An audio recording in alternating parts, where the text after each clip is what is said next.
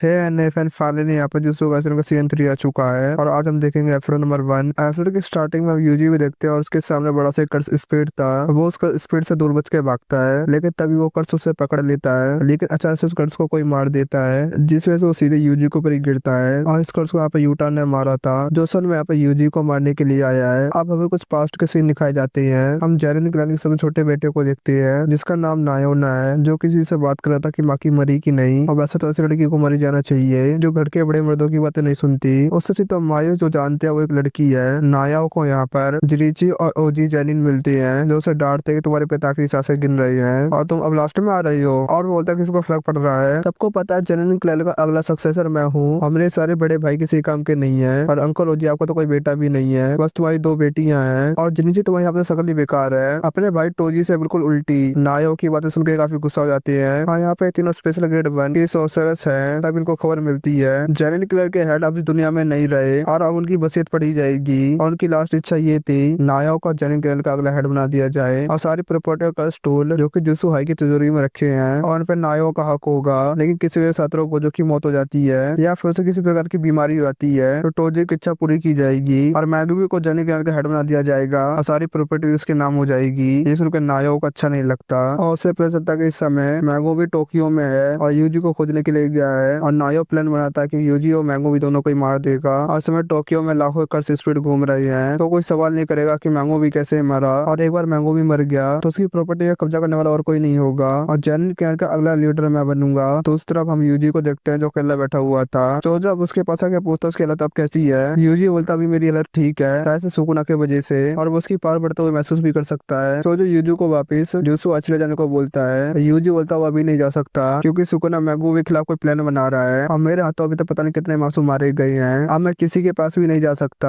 मैं तो तुम्हारे भाइयों को ही मारा था। चोजो पता हो तो एक गलतफहमी थी, और अगर उन्हें पता चलता तो वही तुम्हें माफ कर देते क्योंकि हम लोग भाई हैं और यही बात सबसे ज्यादा मायने रखती है। यूजी बोलता अब चलो, अब यहाँ पे हमें और भी कर्स स्पीड को खत्म करना है। इसके बाद यूजी शहर में भागता रहता है, जिसकी वजह से काफी कर्स स्पीड्स के पीछे पड़ जाती है। कुछ कर्स स्पीड्स को तो वो सब गुस्से से मार देता है। वो कई स्पीड्स को भगाते हुए अंडरग्राउंड में ले आता है। इसके दूसरे साइड चोजो खड़ा था, वो अपनी ब्लड टेक्निक की वजह से सभी स्पीड्स को मार देता है और एक कर्स चोजो के पीछे आता है तो यूजी पंच मार के उसे खत्म कर देता है। चोजो मन में सोचता जब तुम उनसे लड़े थे तभी तुम बहुत ज्यादा पावरफुल थे, लेकिन अब तुमने अपनी कर्स एनर्जी को कंट्रोल करना सीख लिया है और अभी तुम पूरी तरीके से ठीक नहीं हुए, लेकिन फिर तुम अब एक डीमन गॉड हो। मैंने अपने छोटे भाई से यही उम्मीद की थी। वो यूजी को अपने फादर के बारे में कुछ बताने वाला था, लेकिन तब यहाँ पर नायो आ जाता है और वो पूछता है मैगोमी कहाँ पर है और वो अभी तक नहीं आया क्या, और तुम दोनों अभी तक ऐसा भागे नहीं। तो यूजी पूछता है ऐसा भागे क्यों, तो नाया बोलता तुम्हें मौत की सजा सुनाई गई है क्योंकि अब गोजो यहाँ पर नहीं है, तो तुम यहाँ पर कोई प्रोटेक्ट नहीं कर सकता और गोजो के डर की वजह से हायर अप्स तुम्हें छेड़ते नहीं थे। नाया बोलता वैसे तो आपने मैगोमी को मारने आया था, लेकिन अब तुम्हें भी ठिकाने लगा ही देता हूँ। और तब यूजी के पीछे उसको मुक्का मार देता है और चोजो उस पर अटैक करने के लिए जाता है, तो वो उसके पीछे पहुंच जाता है और उसको और पंचों की बारिश कर देता है। नाया यहाँ पर दोनों से तेज था, चोजो बोलता था इसके उसको टेक्निक होगी। नाया सोचता यूजी तो यहाँ पे सुकुना का वैसल है, लेकिन पर यहाँ पे दूसरा बंदा कौन है, और तब यहाँ पे लोगों को हाई कर्स एनर्जी महसूस होती है। यूजी सोचता है कहीं गोजो तो नहीं, और जब यहाँ पे मुड़कर देखते तो यहाँ पे वो यूटा था। नाया बोलता तुम यूटा हो ना, जिसे यूजी को मारने का काम मिला है। नाम सुनकर यूजी को याद आता है कि सेकंड ईयर का स्टूडेंट है और स्पेशल ग्रेड सॉर्सरर है, बिल्कुल यहाँ पर गोजो की तरह है। नाया बोलता मैं यहाँ पर यूजी को मारने के लिए आया था, लेकिन तुम्हारे काम के बीच में नहीं आऊंगा। तो जो यूजी से होता तुम यहाँ से भाग जाओ और मैं यहाँ पर नाया को संभालता हूँ। और यूटा बिल्कुल गोजो की तरह है और अगर तुमसे लड़ोगे तो तुम यहाँ पर जरूर मारे जाओगे। यूजी वहाँ से भागने लग जाता है, लेकिन यूटा उसके पीछे ही था और चोजो यहाँ पर नायो को अपने ब्लड टेक्निक से अटैक करता है और वो बजाता और बोलता है और तुम्हारी टेक्निक तो ब्लड मैनिपुलेट करना है, और पैसिव ब्लड के अलावा यहाँ पर डरने वाली कोई बात नहीं है, और पैसिव ब्लड को एक्टिवेट करने में काफी टाइम भी लगता है, यानी कि यहाँ पर मैं तुम्हारा आराम से मार दूंगा। तो जो बोलता है तो अपनी चिंता करो और तुम मेरे भाई पर अटैक करके यहाँ से जिंदा चले जाओगे। इधर यूटा ने यूजी को पकड़ लिया था। अब यूजी और यूटा में फाइट होने लगती है और यूजी उसके सामने कमजोर पड़ रहा था। यूटा वैसे दिखने में कमजोर है, लेकिन उसकी कर्स एनर्जी काफी ज्यादा है। ये यूजी का बिल्कुल अपोजिट है, जो यहाँ वैसे फिजिकल तौर पर काफी ताकतवर है, लेकिन कर्स एनर्जी के मुकाबले कमजोर है। यूटा बोलता है मेरे पास गोजो से ज्यादा कर्स एनर्जी है, लेकिन उनके पास सिक्स आइज है और जब भी वो कोई कर्स एनर्जी टेक्निक इस्तेमाल करते हैं उनकी एनर्जी खत्म नहीं होती, इसलिए यहाँ पर वो नंबर 1 है और यहाँ पर मेरी कर्स एनर्जी खत्म हो सकती है लेकिन उनकी कभी नहीं। अब यूटा यूजी पे अटैक कर देता है और यूटा पे कर्स एनर्जी इतनी ज्यादा थी कि यूजी समझ नहीं पा रहा था यूटा उस पर कौन सा अटैक करेगा, और उसका हार्ट अटैक डेंजरस हो सकता है और यूटा पे किसी भी अटैक का असर नहीं होगा, लेकिन यूजी भी इतनी आसानी से हार मानने को तैयार नहीं था।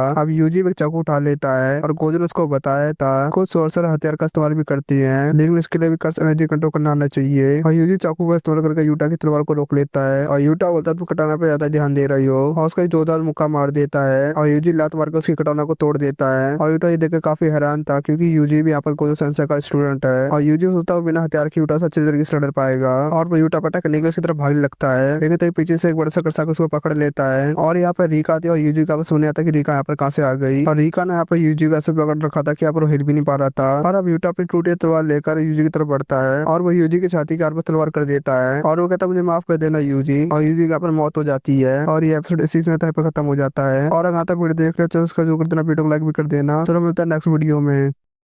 हे नए फैन, आज हम देखने वाले जुत्सु का सीन थी एपिसोड नंबर 2। अब तक यहाँ पे हमने ये देखा यूटा ने यूजी को अपनी तलवार से यहाँ पर मार दिया है। यहाँ पर सुकुना को भी दिखाया जाता है यूजी के अंदर और दूसरी तरफ नायो चोजो की धुलाई कर रहा था। चोजो को उसकी टेक्निक की समझ नहीं आ रही थी लेकिन इतना पिटने के बाद ही दोबारा से वो खड़ा हो जाता है। नाओ बोलता आखिरकार तुम कितने ढीठ हो और आखिरकार हो क्या तुम। तो चोजो बोलता है मैं 10 लोगों का बड़ा भाई हूँ। अब चोजो यहाँ पर भी टेक्निक का इस्तेमाल करता है और यहाँ पर अपनी आंखों को स्ट्रॉन्ग कर लेता है जिससे आप नाओ की सुपर स्पीड को देख सकता है। नाओ दोबारा से उस पर अटैक करने के लिए जाता है लेकिन इस बार चोजो उससे पकड़ ही लिया था लेकिन यहाँ पे नाओ उसके पेट में चाकू मार देता है जिस वजह से यहाँ पर चोजो को खून निकलने लगता है। नाओ बोलता तुम काफी ढीठ हो इसलिए आपको मुझे अपना वेपन का इस्तेमाल करना पड़ा और तुम यहाँ पे ब्लड को कंट्रोल भी कर सकते हो ना तो बोले बेहतर खून को आराम से रोक ही लोगे लेकिन आप ये देखते हैं इस साल तक तुम कितनी देर तक फाइट कर पाओगे। और वैसे आप अपना चाकू इस्तेमाल करके किसी को बताना मत और जो सोर्सा चाकू लेके घूमता है वो मुझे ही पसंद नहीं है और मेरे बड़े भाई भी ऐसे घूमते रहते हैं और इनकी यहाँ पे हिम्मत देखो टोजी को गाली देते थे। जो पूछता क्या तुम अपने भाई से नफरत करते हो क्या। नावा बोलता हाँ बिल्कुल और बड़ा भाई जो छोटे भाई से कमजोर हो उसे तो खुदकुशी कर लेनी चाहिए। चोजो बोलता हो सकता तो मुझे बड़े भाई को जैसे ताकतवर हो और एक बड़ा भाई छोटे भाइयों के रोल मॉडल जैसा होता है और अगर वो किसी गलत रास्ते पे आता है वो छोटे भाई को उस रास्ते पे जाने से मना करता है और जब बड़ा भाई सही रास्ते पे जाता है तो उसके पीछे उसके छोटे भाई भी आते हैं और हो सकता तुम इतने पावरफुल इसलिए हो क्योंकि तुम्हारे बड़े भाई कमजोर है और तुम पूछता मैं इतना ढीठ क्यों हूँ क्योंकि यहाँ पर मेरा कोई रोल मॉडल नहीं है। और नाव की नीचे जाती है उसका खून फर्श पे चारों तरफ फैल गया था और चोजो बोलता भले यहाँ पर कितनी गलतियां करूँ लेकिन फिर मुझे अपने भाई से आगे रहना पड़ता है इसलिए यहाँ पर मैं इतना स्ट्रॉन्ग हूँ और तब यहाँ पर खून की बाढ़ आ जाती है और नायो को समझ नहीं आता इतना खून बहने के बाद चोजो कैसे जिंदा है और साथ साथ नायो को पता ही नहीं है चोजो यहाँ पे एक डेड पेंटिंग बूम है जो कि कर्स और इंसान के बीच के हाइब्रिड होते हैं और अपनी कर्स एनर्जी को ब्लड में बदल सकती है और जब तक इनके पास कर्स एनर्जी है खून बहने से नहीं मरते। नाओ चोजो के ब्लड से बचते हुए भागता रहता है लेकिन अचानक से उसके पैर जमीन से चिपक जाती है और तभी चोजो अपनी टेक्निक से उस पर अटैक करने लगता है और यहाँ पर नाओ भी अपनी टेक्निक इस्तेमाल करने लगता है और यहाँ पर एक सेकंड में 24 बार याबा मूव करता है लेकिन आपको सब पता नहीं था कि चोजो के पास सुपरनोवा टेक्निक है जो कि उसने 150 साल की मदद से बनाई है। इस टेक्निक में वो चारों तरफ से अपने दुश्मन पर अटैक कर सकता है। चोजो यहाँ पर नायो को जान से मरने ही वाला था लेकिन यहाँ पर तभी पीछे से यूटा आ जाता है और एक पंच मार के चोजो को बेहोश कर देता है और वो अपने साथ यूजी की बॉडी भी लाया था और नायो के यहाँ पर उल्टी होने लगती है क्योंकि यहाँ पर चोजो को इंसान नहीं है और इसलिए यहाँ पर चोजो का ब्लड नायो के ऊपर जहर की तरह असर कर रहा था। यूटा बोलता है मैं तुम्हें ठीक कर सकता हूँ अपनी कर्स टेक्निक की मदद से लेकिन बदले में तुम्हें हरब से ये कहना होगा मैंने यूजी को मार दिया है। और दूसरी तरफ यूजी एक सपना देख रहा होता है जहाँ पर अपने बचपन को सीन देखता है लेकिन तब यहाँ पे यूजी का सपना खत्म हो जाता है और यहाँ पर उड़ जाता है और यूटा उसके यहाँ पर बगल में बैठा हुआ था। वो कहता मुझे अच्छा लगा तुम जिंदा हो। वो बताता कुछ महीने पहले की बात है जब गोजो सन से मुझसे मिलने आए थे और उन्होंने कहा था मैं तुम्हारा ख्याल रखूं और मैं तुमसे आपस सिर्फ लड़ने का ड्रामा किया था और गोजो सन ने आप मुझे कहा था अगर मेरे को कुछ हो जाए तो तुम फर्स्ट और सेकंड ईयर के बच्चों का ध्यान रखना। लेकिन यूटा बोलता आप तो गोजो सेंसेई हो आपको आखिर क्या होगा। गोजो बोलता खासकर यूजी का ख्याल रखना और वो भी तुम्हारी तरह ही है और उसे भी एक बार मौत की सजा मिल चुकी है और इसलिए यहाँ पर यूटा ने यूजी को मारने का नाटक किया और अगर यहाँ पर वो मना करता तो यहाँ पर किसी को यहाँ पर उसे मारने के लिए भेजा जाता और हर यहाँ पर बेवकूफ नहीं है इसलिए यहाँ पर मैंने एक बाउंडिंग बाउल ली थी इसलिए यहाँ पर मुझे तुम्हें सच में मारना पड़ा। तो यूजी पूछता आखिरकार मैं जिंदा कैसे हूँ। यूटा बोलता रिवर्स कर्स टेक्निक की मदद से उसने यूजी का दिल बंद होते उसे दोबारा से हिल कर दिया था और इससे यहाँ पे हायरप्स की कसम भी पूरी हो गया तुम भी यहाँ पर नहीं मरे और यूजी के लिए मर के जिंदा होना कोई बड़ी बात नहीं है और बहुत से लोग नहीं जानते यूटा दूसरों को हिल भी कर सकता है लेकिन ये सब कभी ना कभी तो पता चल जाएगा। लेकिन अभी के लिए यूजी लोगों के लिए मर चुका है। यूजी पूछता है तुमने मेरे लिए इतना कुछ क्यों किया। यूटा बोलता जिन लोगों की मैं परवाह करता हूँ तुम्हारी परवाह करते हैं और मेरे पास भी एक समय पर बहुत खतरनाक पावर थी लेकिन तुम्हारी पावर तुम्हारी खुद की नहीं है और इस समय यहाँ पे तुम्हारी कोई गलती नहीं है। और तब यहाँ पे मैंगो भी आया था और बोलता हम जूसो हाई वापस जा रहे हैं और हम तुम्हें छुआ के जूसो हाई अंदर ले जा सकते हैं। यूजी बोलता मैं दोबारा वापस नहीं जा सकता क्योंकि सुबह हादसे में बहुत से लोग मेरी वजह से मारे गए। मैंगो भी बोलता उसमें तुम्हारी कोई गलती नहीं थी और तुम यहाँ पे हार नहीं मान सकते हम कोई हीरोज नहीं है और हम जूसो सोर्सर से हमें कोई नहीं समझ सकता और हमें लोगों की मदद करता रहना होगा। ये साबित करने के लिए कि हमारा भी वजूद है। यूजी मनो सोचता है मैं तुम्हारे साथ नहीं रह सकता क्योंकि यहाँ पर तुम पे भी खतरा आ जाएगा। मैगो भी बोलता है यहाँ पे मुझे तुम्हारी मदद चाहिए क्योंकि यहाँ पर केंजाकू ने कलिंग गेम चालू कर दिया है जिसमें जुजू सोर्सेस एक दूसरे को मार सकती है और इसका नाम है कलिंग गेम और मैंगोमी की सुमिको को भी इसका हिस्सा बना दिया गया है। इसलिए यहाँ पर मुझे तुम्हारी मदद चाहिए। इसके बाद हमें कलिंग गेम के कुछ रूल बता जाती है और सभी खिलाड़ियों को 19 दिन के अंदर इस गेम के अंदर एंटर करना है और अगर कोई रूल तोड़ता है उसकी टेक्निक को खत्म कर दिया जाएगा जिससे यहाँ पर खिलाड़ी की मौत हो जाएगी। और शामिल होने के लिए यहाँ पर इनको कॉलोनी में आना है और कोई दूसरे को मारेगा तो उससे पॉइंट मिलेंगे। और यहाँ पर और भी काफी रूल है। यूजी उटासा बोलता है सुकुना मैंगोमी के लिए कुछ ना कुछ प्लान कर रहा है और सुबह मुझे सुकुना की काफी सारी फिंगर खिला दी गई थी जिस वजह से सुकुना ने मेरी बॉडी पे कंट्रोल ले लिया था और अब मेरे अंदर सुकुना की 15 फिंगर्स हैं। लेकिन अब यहाँ पर मुझे पता सुकुना मेरे पे कंट्रोल नहीं ले पाएगा। लेकिन यहाँ पर मैं कभी सुकुना बन जाऊँ तो मुझे तुरंत ही मार देना। यूटा बोलता है ठीक है। यूजी मैंगोमी से पूछता है उन्हें क्या करना है। मैंगोमी बोलता है पहले मुझे सुहाई जाना होगा और मास्टर टेंगन से मिलना होगा और उनसे पूछना गोजो को दोबारा से आदत कैसे कर सकती है और केंजाकू आखिरकार क्या प्लान कर रहा है और आखिरकार वो कलिंग गेम में क्या करने वाला है और इन सब के आंसर मास्टर टेंगन ही दे सकती है। यूजी पूछता क्या मिस यूकी को ये बात पता है क्या। तो मैगो बोलता है ये प्लान मिस यूकी का ही है और वो पहले से जुसो हाई में छुपी हुई है। यूजी बोलता है मास्टर टेंगन के बैरियर को कैसे पार करेंगे और उसमें तो दरवाजे होते जो घूमते रहती है और उनमें से सिर्फ एक ही गेट है जो टॉम ऑफ स्टार कॉरिडोर तो लेके जाता है जहाँ पर मास्टर टेंगन रहती है और अगर हमें सही दरवाजा नहीं मिलेगा तो मास्टर टेंगन को भी नहीं ढूंढ पाएंगे। अब यूजी मैंगोमी से पूछता है नोबारा का क्या हुआ, क्या वो ठीक है कि नहीं। मैंगोमी यहाँ पर कुछ नहीं बोलता है, यहाँ पर अपना सर नीचे कर लेता है यानी कि अब यहाँ पर नोबारा इस दुनिया में नहीं है जो सुन के यहाँ पर यूजी को काफी बुरा लगता है। तब यहाँ पर चोजा के बोलता है उस बेरे में घुसने का रास्ता यहाँ पर मैं बता सकता हूँ क्योंकि यहाँ पर एक बार माहितो ने सुगना की फिंगर और दैट पेंटिंग चुराई थी और हम सभी यही करेंगे। और अब ये लोग जूसो है जाते हैं। अब इन्हें यहाँ पर माँ की मिलती है जो यहाँ पर बिल्कुल अलग ही दिख रही थी क्योंकि सुबह के कारण जोग ने यहाँ पर उसे जला दिया था और हैविली रेजिस्टेंस की वजह से उसकी बॉडी यहाँ पर ठीक हो गई लेकिन सबके यहाँ पर निशान रह गए हैं और यूकी भी यहीं पर थी। चोजा इनको होता था स्टार कॉरिडोर में एक तिजोरी है जिसमें जूसो है अपने स्टोल और बाकी चीजें रखता है और उस तिजोरी में उसके 10 भाइयों की डेथ पेंटिंग रखी हुई है और यहाँ पर वो अपनी टेक्निक की वजह से अपने भाइयों की लोकेशन सेंस कर सकता है। माखी पूछती है सब तो ठीक है लेकिन बंदा है कौन। यूजुअल अभी के लिए समझ लो ये मेरा भाई है। जो सुन के चोजो को काफी खुशी होती है और चोजो अपन को सही दरवाजा बताता है जिससे यहाँ पे ये लोग स्टार कॉरिडोर पहुंच जाती है और चोजो को यहाँ पर तिजोरी तक जाने का रास्ता भी दिखाई देता है और बोलता जल्दी से जल्दी मेरे भाई को आजाद करूंगा। और इन लोगों को यहाँ पर एक जगह पर खून के निशान भी मिलते हैं और यहाँ पर ये वही जगह है जहाँ पर टोजी ने रिको को गोली मारी थी और यूकी बता दे 12 साल पहले यहाँ पर एक बड़ा हादसा हुआ था। कह सकते हैं सारी गड़बड़ वहीं से शुरू हुई थी। ये लोग यहाँ पर मेन हॉल में जाते हैं लेकिन यहाँ पर रोशनी के अलावा कुछ भी नहीं था। यूकी बता दे जब टेंगन की मर्जी होती है तभी वो लोगों को दिखता है और गोजो सी लोगों तो उसे लगा तो टेंगन से मिलना चाहेगा। ये लोग अब वापस मुड़ के जाने लगती है लेकिन तभी टेंगन को आवाज लगाता है कैसे यहाँ पर तुम लोग। और जेनिन क्लैन की बच्ची माकी यूटा दैट पेंटिंग यानी कि चोजो और सुकुना के बेसल यूजी। और ये एपिसोड इसी पे खत्म हो जाता है। और अगर आता वीडियो देख लो सब्सक्राइब कर देना, वीडियो को लाइक भी कर देना। चलो मिलते हैं नेक्स्ट वीडियो में।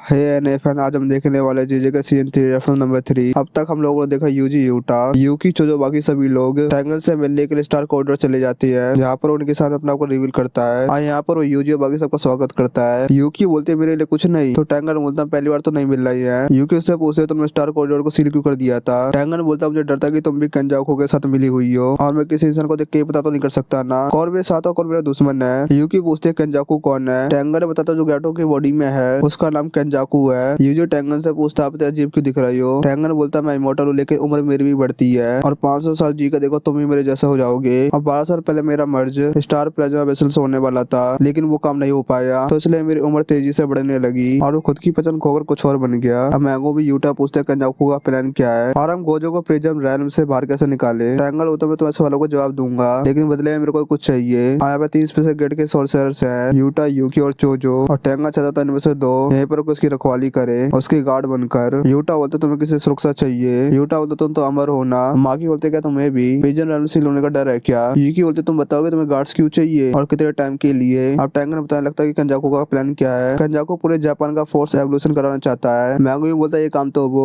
आर्डर ट्रांसफिगर से भी कर सकता है तो टेंगन होता उसका इतनी कर एनर्जी नहीं है इसलिए यहाँ पर वो मर्जर का इस्तेमाल करने वाला है और यहाँ पर वो टेंगन और इंसानियत के बीच में मर्जर कराने वाला है। लेकिन मैंगो भी बोलते टेंगन तो सिर्फ स्टार वेसल से मर्ज हो सकता बोलता है ना, टैंगन बोलता है ये बात 12 साल पहले सच थी, लेकिन उसमें मेरा मर्जर फेल हो गया और अब मैं इवॉल्व हो गया हूँ और आम इंसानों से भी मर्ज हो सकता हूँ। जोजो बोलता तुम तो सिर्फ अकेले हो, तुम इतने सारे लोगों से मर्ज कैसे होगे। टैंगन बोलता जो तुम मेरा रूप देख रहा है ये मेरा असली रूप नहीं है और मेरी आत्मा तो और कहीं पर है और मेरे लिए धरती और आसमान एक ही है और जो लोग मेरे साथ मर्ज होंगे वो लोग जुजुत्सु सोर्सर से एक लेवल ऊपर पहुंच जाएंगे और मैं तो अपने आप को भी बैरी टेक्निक से कंट्रोल रखता हूँ, लेकिन बाकी इंसान ऐसा नहीं कर पाएंगे और अगर एक भी इंसान आउट ऑफ कंट्रोल हो गया तो पूरी दुनिया खत्म हो जाएगी और अगर इंसान को रोकने वाला कोई और नहीं होगा तो बुराई करते रहेंगे और सारे इंसान की लाइन क्रॉस कर देंगे और जो चीज टोक्यो में वो पूरी दुनिया में शुरू हो जाएगी। यूजी पूछता है कि कंजो को ऐसा क्यों करना चाहता है। टैंगन बोलता मैंने बताया ना मैं इंसानों के बारे में ज्यादा कुछ नहीं बता सकता। माकी बोलते तुम मर्जर कंडीशन ना कर देना तो फिर वो कुछ नहीं कर पाएंगे ना। टैंगन बोलता मैं इवॉल्व होने की वजह से इंसान कम कर से ज्यादा बन चुका हूँ और इसलिए आप कंजा को अपनी टेक्निक से कंट्रोल भी कर सकता है और जिसकी वजह से अपनी टेक्निक की मदद से किसी भी कर्ज को कंट्रोल करके कुछ भी करा सकता है और इसलिए आपको उसे गार्ड चाहिए क्योंकि कंजा को कभी भी बैरियर तोड़कर यहाँ पे आ सकता है। यूकी बोलते इसी समय क्यों और उसने 12 साल पहले मर्जर को किसी तरीके से रोक दिया जिससे टैगन इवॉल्व होकर एक कर्स बन गया जिससे कंजा को भी टेक्निक से कंट्रोल कर सकता है और उसका सिकोना से भी कोई कनेक्शन है और वो 1000 सालों से जुजुत्सु सोर्सर है तो वो मर्जर अभी क्यों करना चाहता है। टैंगन बोलता है मैं स्टार प्लाज्मा सिक्स फ्यूजन सब करने से एक दूसरे से जुड़ा हुआ है और सिक्स फ्यूजन ने कंजाको को 2 बार हराया है और कंजाको इस वजह से इतना गुस्सा हो गया उसने सारे स्टार प्लाज्मा वेसल्स को मार दिया और अगर कोई सिक्स यूजर बच्चा पैदा होता तो उसे पैदा होता ही मार देता, लेकिन मर्जर के टाइम पर सिक्स यूजर और स्टार प्लाज्मा आई जाती है और उसने अपने सिक्स यूजर को मारने के बदले उन्हें सील करने का प्लान बनाया और इसके लिए प्रिजन वेल का सहारा लिया और एक समय पर सिर्फ एक ही सिक्स यूजर हो सकता है और 12 साल पहले कुछ हुआ। उस टाइम एक टोजी नाम का बंदा आया जिसे स्टार प्लाज्मा को मार दिया क्योंकि उसका फैमिली रिस्ट्रिक्शन लगी हुई थी और वैसे ही सब शुरू हुआ और 6 साल पहले कंजाको के हाथ में रेजर एम्ब्लेम किसी तरीके से मिल गया जिसकी वजह से उसने गोजो को सील कर दिया। तो मैंगो भी पूछता है कलिंग गेम क्या है तो टैंगन ने बताता है कलिंग गेम ये मर्जर से पहले का रिचुअल है और यहाँ पे तेरे रिचुअल करने के लिए कंजाको ने अपने आप को बांडे से बांध रखा होगा और इसलिए यहाँ पर वो कलिंग गेम का मास्टर नहीं है और इसलिए यहाँ पे हमारे लिए बुरी बात है क्योंकि कंजाको को मारने के बाद भी एक कलिंग गेम नहीं रुकेगी और ये गेम तभी खत्म होगा जब सभी खिलाड़ी मारे जाए या तो फिर वो पार्टिसिपेट ना करे या फिर भी किसी तरीके से मारे जाए और ये गेम का बैंड होगा ये लिखा ही नहीं है, लेकिन अगर कोई 100 पॉइंट इकट्ठा कर लेता है तो आप एक नया रूल ला सकता है। तो यूटा बोलता हम लोगों को गेम में हिस्सा लेना ही होगा और किसी तरीके से 100 पॉइंट इकट्ठा कर गेम में एक नया रूल लाना होगा जिससे सुमिकी और बाकी सब लोग अपनी मर्जी से गेम छोड़ के जा सकते हैं। मैंगो बोलता हमें किसी तरीके से गोजो सेंसो को भी आजाद करना होगा और अगर गोजो आजाद हो गए तो कोई टेंशन की बात ही नहीं है। वो टैंगन से पूछते हम गोजो का आज कैसे करें तो टैंगन बोलता तुम पहले ये डिसाइड कर लो मेरा गार्ड बनकर यहाँ पर कौन रुकेगा और चोजो और यूकी यहाँ पर रुकने के लिए मान जाती है। चोजो बोलता है यूटा का यूजी का रहना जरूरी है और कंजाको से तो चोजो को अपने कुछ पुरानी हिसाबी बराबर करनी है। यूकी बोलते से टैंगन से कुछ बातें करनी है इसलिए यहाँ पर वो रुकना चाहती है और यूटा तो वैसे भी यहाँ पर में दोस्तों के साथ रहना चाहता है। अब टैंगन पिजन रैन जैसा दिखने वाले एक बॉक्स निकालता है और बोलता है पिजन रैन का पीछे का हिस्सा है और इसको खोलकर हम गोजो को आजाद कर सकते हैं, लेकिन इसको खोलने के स्पेशल ग्रेड के वेपन्स चाहिए जिसकी वजह से हम इसको खोल सकते हैं, लेकिन सब वेपन्स को गोजो पहले तबाह कर चुका है। यूटा बताता है मैं और मैगल अफ्रीका ब्लैक रोप ढूंढने गए थे लेकिन वहाँ पर उन्हें कुछ नहीं मिला। तो टैंगल बोलता है सिर्फ एक ही ऑप्शन है कलिंग गेम के प्लेयर्स में एक ऐसा सोर्सर है जो यहाँ पर 4 साल पुरानी है और वो खुद को एंजल बुलाती है और वो किसी भी कस्ट टेक्निक को कैंसिल कर सकती है और उसका नाम है हाना कुरुसु और वो चाहता पिजन वेल का गेट खोल सकती है और वो इन लोगों को ईस्टर्न टोक्यो कॉलोनी में मिलेगी। जापान में 10 कॉलोनी बैरियर्स है जो कि एक बाउंड्री लाइन से जुड़ी हुई है और जब ये लाइन जापान को क्रॉस करेगी तो तब जापान के सारे लोग टैंगन से मर्ज हो जाएंगे और सिर्फ यहाँ पे होकाइडो शरीर सुरक्षित है क्योंकि वहाँ जुसोस के हेडक्वार्टर्स है और यहाँ पे रिचुअल 2 महीने में कंप्लीट हो जाना चाहिए। अब ये लोग कलिंग गेम के रूल पढ़ते हैं। पहला रूल था कि सभी खिलाड़ी को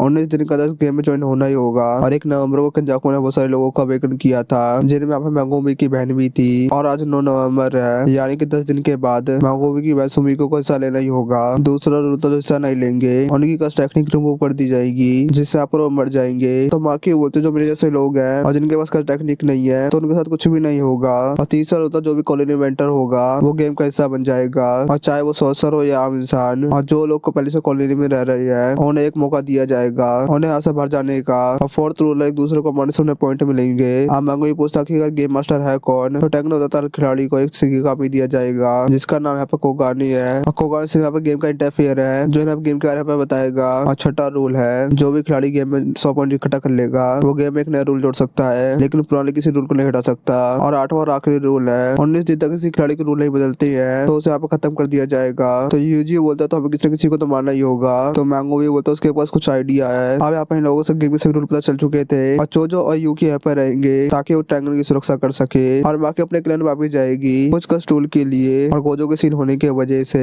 जुसो में रखे हुए कस्ट टूल्स जेलिन के बाकी क्लैन ले गए हैं, लेकिन अब मैंगो भी जेनिन क्लैन का हेड बन चुका है तो वो आराम से उसका स्टूल को वापस ला सकता है। और ये सब सुनकर यूजी काफी चौंक जाता है। तो मैंगो ये बोलते हैं बाद में तुम्हें समझा दूंगा। आप माँ की टैंगन से जोजो की लोकेशन मांगती है और वो पांडा को लेकर वापस जाएगी और गेम के अंदर एंटर करेगी। यूटा बोलता है वो जल्दी से लेकर में लेने जा रहा है ताकि वो ज्यादा इंफॉर्मेशन इकट्ठा कर सके और इन लोगों को अलग अलग कॉलोनी में जाना चाहिए जिस वजह से हम लोगों को एक दूसरे से लड़ने की जरूरत ना पड़े और साथ कॉलोनी के अंदर सिग्नल ना मिले जिससे हम दूसरे से बात ना कर सके। और अगर यूटा यूजी से दूर रहेगा और उस टाइम सुकुना बाहर आ गया तो मैंगो ये बोलता है ऐसा कुछ नहीं होगा और अगर ऐसा हो तो मेरे बड़े को सुकुना को मार देना। हम माँ की यूजी और मैंगोबी को हकारी के पजाने को बोलती है और हकारी 3rd ईयर का स्टूडेंट है जो इस सस्पेंड है। इस टाइम यहाँ पर लोगों के पास लोगों की कमी है तो यहाँ पर लोगों को हकारी को अपने प्लान में जोड़ना होगा। यूजी पूछता क्या वो स्ट्रॉन्ग है क्या। यूटा बोलता है थोड़ा नौटंकी की आवाज है लेकिन आप मेरे से स्ट्रॉन्ग है तो वो लोग सभी गेम में लेके जाएंगे। इसके बाद ये लोग ऐसे जाने लगते हैं। यूकी और चोजो यहीं पर रुक गए थे और यूजी यहाँ पर चोजो के धन्यवाद करता है उनकी आपत्ति मदद करने के लिए और चोजो यहाँ पर अपने भाई को जिंदा रहने के लिए बोलता है। और दूसरी तरफ टकड़ा नाम के कॉमेडियन को देखते हैं जिसे देखकर लोग बोर हो रहे थे। उसके साथ ही उसे काम छोड़ने को कहते हैं और यहाँ पर वो 35 साल का हो गया और यहाँ पर उसके जोखे में कोई भी नचता और उसे यहाँ पर और कुछ काम करना चाहिए जो उसे यहाँ पर सूट करे। उसका साथी क्या उसे बोलता है मुझे तुम्हारी जोक अच्छे लगते हैं और दुनिया में 2 प्रकार के कॉमेडियन होते हैं जो हमेशा फेमस रहते हैं। पहले जो फनी होती है और दूसरा वो जिसे लगता है वो फनी है। तो वो टका से पूछता तुम कौन से प्रकार के फनी हो तो टकावा होता है 50-50 है और फिर यहाँ पर वो जवाब बदल के बोलता 70-30 है। और हमें पता चलता टकावा भी कलिंग गेम में हिस्सा लेने वाले खिलाड़ी है। और एपिसोड इसी सीन पे खत्म हो जाता है। कैसा लगा आज का एपिसोड कमेंट में जरूर बताना और वीडियो को लाइक भी कर देना। फिर मिलते हैं नेक्स्ट वीडियो में। हे फैन आज हम देखने वाले हैं jutsu Kaisen 3 episode number 4। Episode की स्टार्टिंग में हम माकी को देखते हैं जो कि जेनिन क्लैन जा रही थी। सबसे पहले उसे नायो मिलता वो बोलता तुम यहाँ पे क्या कर रही हो और तुम तो अब इतनी गंदी दिखने लग गई हो मैं तुम्हें पहचाना ही नहीं और ना ही तुम्हें जुत्सु आता है और ना ही तुम कर्स स्पिरिट्स को देख सकती हो और अब तो तुम्हारी शकल भी गंदी दिखने लगी है। अब यहाँ पे तुम क्या करोगी। यूटा और मैंगोबी के तल में चाटोगी क्या। माकी उसे इग्नोर करके आगे निकल जाती है और अंडरग्राउंड जाने लगती है जहाँ पर सारे कर्स टूल रखे हुए थे। माकी की मदद से रोकते हुए बोलती है तुम्हें पता ना जगह पर औरतों का जाना मना है। माकी कहते उसके पास स्टोर रूम की चाबी है और क्लैन के लीडर मैंगोमी की इजाजत भी है। माकी ने मैंगोमी को बताया था ना ही बताओ की वसीयत के हिसाब से अब तुम क्लैन के लीडर बन गई हो। मैंगोमी बोलता है कोई लीडर नहीं बनना और ना ही उसे किसी प्रकार की प्रॉपर्टी चाहिए लेकिन माकी उसे यहाँ पर समझाती है अगर यहाँ पर वो लीडर बन जाता है तो उसे तीनों क्लैन्स की पूरी जानकारी रहेगी। मैंगोमी बोलता तुम मेरे बदले लीडर बन जाओ। माकी बोलती है वो लोग मुझे कभी लीडर नहीं मानेंगे और तुम्हारे पास क्लैन की टेक्निक है और तुम्हें डोमेन भी बनाना आता है लेकिन यहाँ पर मेरे पास ऐसा कुछ नहीं है। और दूसरा माकी की मदर उसे यहाँ पे काफी बुरा भला बोलती है लेकिन माकी इसको इग्नोर कर आगे निकल जाती है और स्टोर रूम का गेट खोल देती है और जैसे यहाँ पर वो अंदर घुसती है वो अपने फादर को देख के काफी हैरान हो जाती है। दूसरी तरफ जिनची नायो से बात कर रहा था मैंगोमी जेनी क्लैन का अच्छा लीडर बन सकता है क्योंकि उसके कलेक्शन गोजो क्लैन और बाकी क्लैनों से अच्छी है लेकिन ये लोग मैंगोमी को पूरी प्रॉपर्टी नहीं देना चाहते हैं और ये लोग सीधे मैंगोमी को मार भी नहीं सकते और ऐसा करने पर बाकी 2 क्लैन हमारे पर गुस्सा हो सकते हैं। लेकिन जुत्सु हारेस ने सबको ऑर्डर दिया है कोई भी गोजो को आजाद नहीं कराएगा और इस चीज का बड़ा क्राइम माना जाएगा और हम लोग इसी चीज का फायदा उठाएंगे। हम मैंगोमी माकी को मार देंगे और सब लोग से कह देंगे लोग गोजो को याद करने वाले थे। नाया बोलता है प्लान काफी अच्छा है लेकिन अंकल ओजी की दोनों बेटियां मारी जाएंगी। तो जिनसे बताता है ये प्लान ओजी ने बनाया है। इधर दूसरी तरफ माकी को स्टोर रूम में अपने फादर मिलती है जिसने पहले से आसे सारे कस्टूल गायब कर दिए थे और उसने माई की बहन माकी को भी घायल कर दिया है। और अब माकी अपना कस्टूल लेकर आगे बढ़ने लगती है और माकी अपनी तलवार से ओजी की तलवार काट देती है लेकिन ओजी अपनी कर्स एनर्जी की मदद से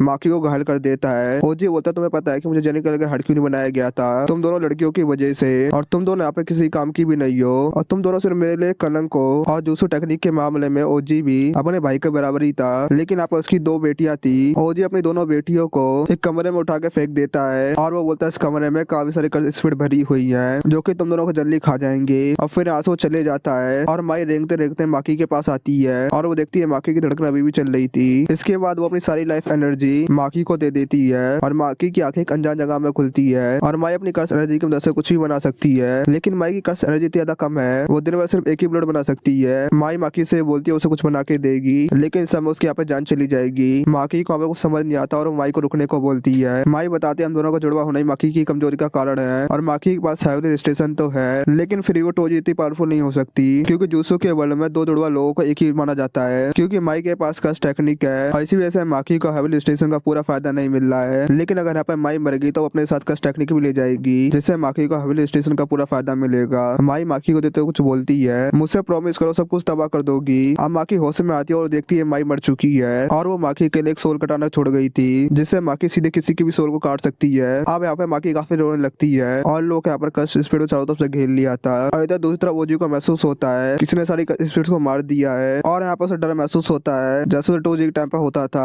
और वो यहाँ पर भी कस्ट टेक्निक को एक्टिवेट करता है और फाइट करने के लिए तैयार हो जाता है, लेकिन माकी एक ही झटके में उसे खत्म कर देती है। अब जाने के में खतरे की घंटी बजने लगती है। रांता जिंची और नायको को बताता है माकी यहाँ पर पूरी तरीके से मैड हो गई है और उसने यहाँ पर ओजी को मार दिया है। और यहाँ पर माकी से निपटने के कुकुरु टीम को भेजा जाता है और उनके कैप्टन को यहाँ पर ये लग रहा होता है माकी ने यहाँ पर ओजी को नींद में मार दिया होगा और ये लोग माकी को चारों तरफ से घेर लेते हैं। माकी सोचती है अगर अपना घर नहीं छोड़ती और माई के साथ हमेशा यहीं पर रहती तो शायद से उनकी जिंदगी काफी अच्छी होती। और वो यहाँ पर अपनी बहन से माफी मांगती है और वहाँ पर अपनी बहन की लास्ट इच्छा पूरी करेगी और सब कुछ यहाँ पे डिस्ट्रॉय कर देगी। और माकी यहाँ पर सभी लोगों को काट देती है, लेकिन तब यहाँ पर चोदर अपनी कस्ट टेक्निक का इस्तेमाल करता है और बड़े से हाथों से माकी को मारने की कोशिश करता है। और ये यूनिट का मेंबर है जिसमें जेनी क्लेयर की सबसे स्ट्रॉन्गेस्ट मेंबर होती है, लेकिन इस अटैक से माकी को कुछ भी नहीं हुआ था और यहाँ पे माकी दोनों को तुरंत ही खत्म कर देती है। अब यहाँ पे रांता अपनी कस्ट टेक्निक का इस्तेमाल कर माकी को एक ही जगह पर रोक देता है और जिन चीज से कहता चलिए उसे खत्म कर दो, लेकिन फिर भी यहाँ पे माकी हिलने लगती है जिस वजह से यहाँ पर रांता की हालत खराब हो जाती है। और वो बोलता है माकी तब टोजी इतनी पावरफुल हो गई है और टोजी चाहता तो जेनी क्लेयर को खत्म कर सकता था और अगर यहाँ पर उन लोगों ने माकी को नहीं रोका तो यहाँ पर सच पूरी जेनी क्लेयर को खत्म कर देगी। जिंची अब माकी पर अटैक करता है और काफी सारे मुक्के माकी पर गिराता है जिससे यहाँ पर बहुत बड़ा धमाका होता है और आंता को लगता है यहाँ पर वो लोग जीत गए और आंता यहाँ पर घायल होने की वजह से मर जाता है, लेकिन दूसरी तरफ माकी को कुछ भी नहीं हुआ था और उसके हाथ में जिंची था जिसे वो नदी में फेंक देती है। नाया बोलता तुम्हारे अंदर अब इंसानियत नहीं रही क्या?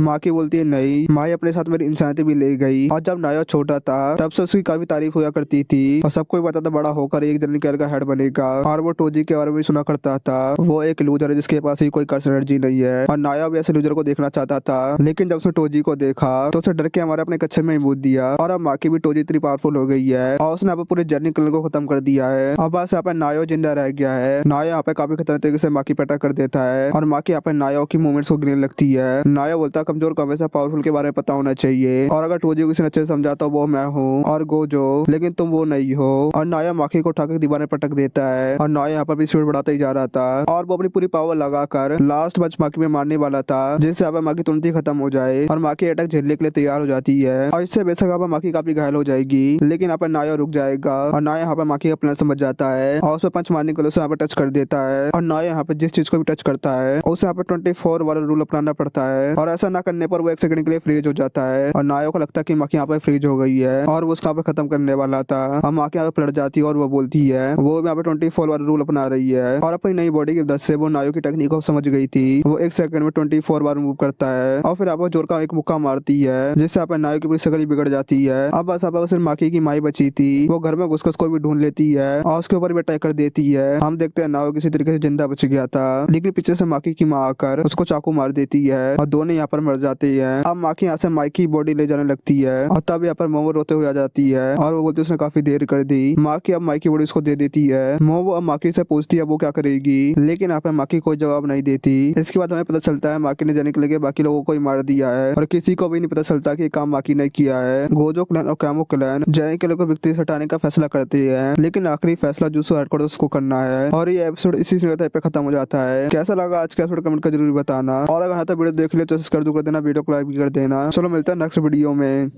हे एनएफएन, आज हम देखने वाले jutsu Kaisen season 3 episode number 5। Episode के स्टार्टिंग में हमें मासामिची यागा दिखाया जाता है और जब यागा ने पांडा को बनाया था तो हायर अप्स ने उसे पकड़ लिया था ताकि वो उसे सजा दे सके, क्योंकि यागा ने एक ऐसा पपेट बना दिया था जो खुद से अपनी कर्स एनर्जी बना सकता है। और यहाँ पे पांडा बाकी इंसानों की तरह जिंदा था जो यहाँ पे सोच सकता है और समझ भी सकता है और एक आम इंसान की तरह सब कुछ कर सकता है और ये चीज यहाँ पे करना बिल्कुल नामुमकिन है। और यहाँ पे यागा ने और भी ऐसे पपेट बना रखे थे और हायर अप चाहते थे कि यागा अपनी टेक्निक उन्हें भी बता दे, लेकिन यहाँ पे यागा मना कर देता क्योंकि वो भी जानता है इसका गलत इस्तेमाल करेंगे, तो इसलिए यहाँ पे हायर अप से क्या था उसने गलती से पांडा को बना दिया था और अब ऐसा कोई पपेट बनाना नामुमकिन है। अब हमें प्रेजेंट का सीन दिखाया जाता है और हम देखते हैं यागा ने और भी पपेट बना रखे थे, लेकिन यागा ने उनको जंगल में छुपा रखा था। एक पपेट आकर यागा का हालचाल पूछता है। यागा उन लोगों से बोलता है मैं तुम लोगों से काफी समय तक मिलने नहीं आ पाऊंगा, लेकिन मेरे बगैर भी तुम लोग यहाँ पे ठीक रहना क्योंकि जंगल की सुरक्षा मास्टर टंगन करते हैं और तुम्हारी मदर भी तुमसे मिलने आती रहेगी। अब यहाँ पर सारे पपेट यागा को बाय बाय बोलते हैं। दूसरी तरफ हम पांडा को देखते हैं जिसे हायर अप्स ने पकड़ लिया लिया था, क्योंकि वो जानता है पांडा के लिए यागा उनके पास जरूर आएगा।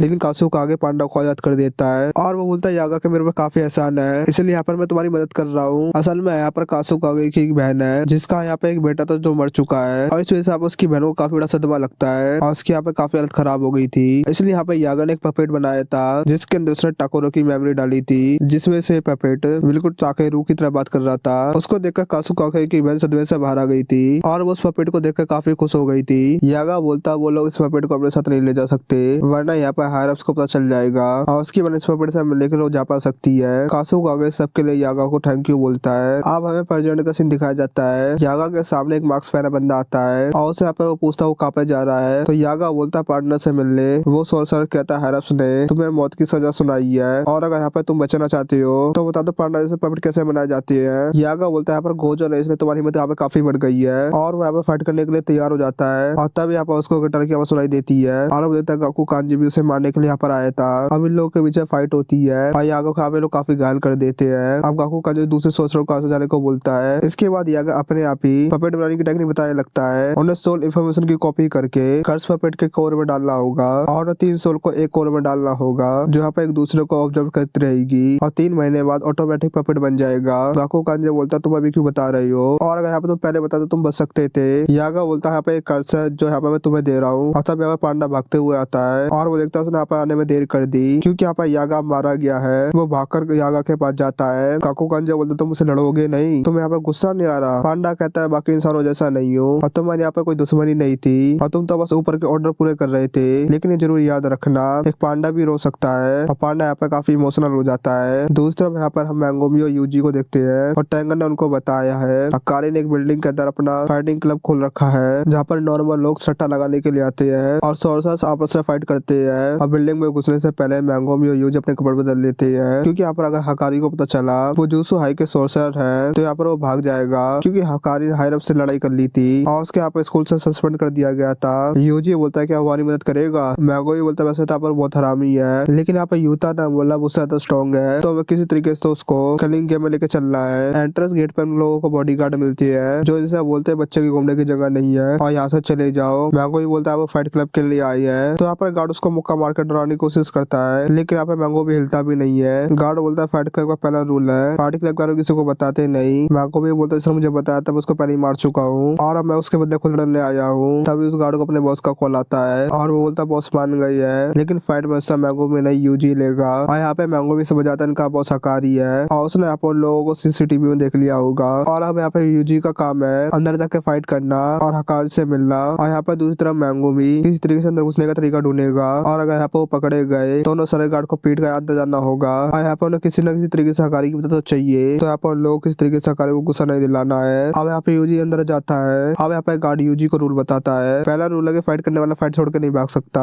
और दूसरा उन्हें कस्ट टेक्निक का इस्तेमाल नहीं करना है क्योंकि यहाँ पर आम लोग कस्ट टेक्निक को नहीं देख सकते हैं तो यहाँ पर उन लोगों के लिए मैच बोरिंग हो जाता है। तो यहाँ पर यूजी उनसे पूछता है उनका बॉस यहाँ पर कैसा है तो गार्ड कहता तुम उनसे खुद मिल लेना। गार्ड बोलता है यहाँ पर 2 तरह के मैच होते हैं, पहला तो असली और दूसरा स्क्रिप्टेड जिनकी स्क्रिप्ट बॉस खुद बनाते हैं और अगर यहाँ पे यूजी ने आज अच्छा परफॉर्म करा तो यहाँ पर बॉस उसे खुद मिलने के लिए बुलाएंगे। यूजी अब फाइटिंग एरिया में जाता है जहाँ पर बहुत सारे लोग थे जो देख के यूजी काफी खुश हो जाता है। उसका अपोनेंट और कोई नहीं पांडा है। हकारी को हम एक रूम में देखते हैं जो यहाँ पर किरारा के साथ था और किरारा भी जूसु की 3rd ईयर की स्टूडेंट रह चुकी है। हकारी बोलता है आजकल के मैच काफी बोरिंग हो गई है क्योंकि यहाँ पर ऐसे कम लोग हैं जो पांडा को हरा सकते हैं लेकिन यहाँ पे यूजी और पांडा काफी अच्छी तरीके से लड़ रहे थे और सबको यहाँ पे काफी अच्छी तरीके से इम्प्रेस कर रहे थे। तो यूजी अब पांडा से पूछता है कि उसे हकारी मिला क्या। पांडा बोलता है नहीं और पांडा यहाँ पे यूजी काफी हल्के तरीके से मार रहा था और जब यहाँ पे यूजी टकरा था तो पांडा से एक्टिंग कर रहा था उसे यहाँ पे काफी चोट लग रही हो। यूजी अब पांडा को मुक्का मारने का नाटक करता है और पांडा दूर जाकर गिरता है और पांडा यहाँ पे नाटक करता है जैसे उसे यहाँ पे काफी चोट लग गई हो और वो बोलता है यहाँ पर मैंने हार मान ली और यूजी की फाइट देख के हकारी इम्प्रेस हो जाता है और उसको यहाँ पे मिलने के लिए बुलाता है और गार्ड के पास छुपा हुआ मैंगो भी ये बात सुन लेता है और अब पांडा और मैंगो भी जंगल में मिलते हैं। पांडा बताता है हकारी अपने ऑफिस में बैठा रहता है लेकिन पांडा कभी भी उसके ऑफिस तक नहीं पहुंच पाता और शायद से यहाँ पे ये सब किरारा की टेक्निक की वजह से हो रहा होगा। मैंगो भी पूछता किरारा तो यहाँ पे एक लड़का था ना। पांडा बोलता है हाँ स्कूल के अंदर तो लड़का ही था और पांडा बोलता है यूजी की पर्सनैलिटी हकारी को काफी पसंद आएगी लेकिन यूजी को ढंग से झूठ बोलना नहीं आता और इसलिए यहाँ पे लोग प्लान करते हैं जैसे यहाँ पे यूजी हकारी के रूम में जाएगा तो ये लोग तभी सारे गार्ड्स को बेहोश कर देंगे। बस यहाँ पे दिक्कत सिर्फ किरारा की टेक्निक है और यहाँ पे दूसरी तरफ यूजी अपने सारे मैच जीत जाता है और हकारी उसको अपने पास बुलाता है। हकारी यहाँ पे यूजी से पूछता है क्या दिन में तुम 1 घंटा काम करके 10,000 कमाना चाहते हो? यूजी पूछता आखिरकार कौन सा काम करना है? तो हकारी बोलता तुम्हें 20,000 येन देकर कोर्स खरीदना होगा।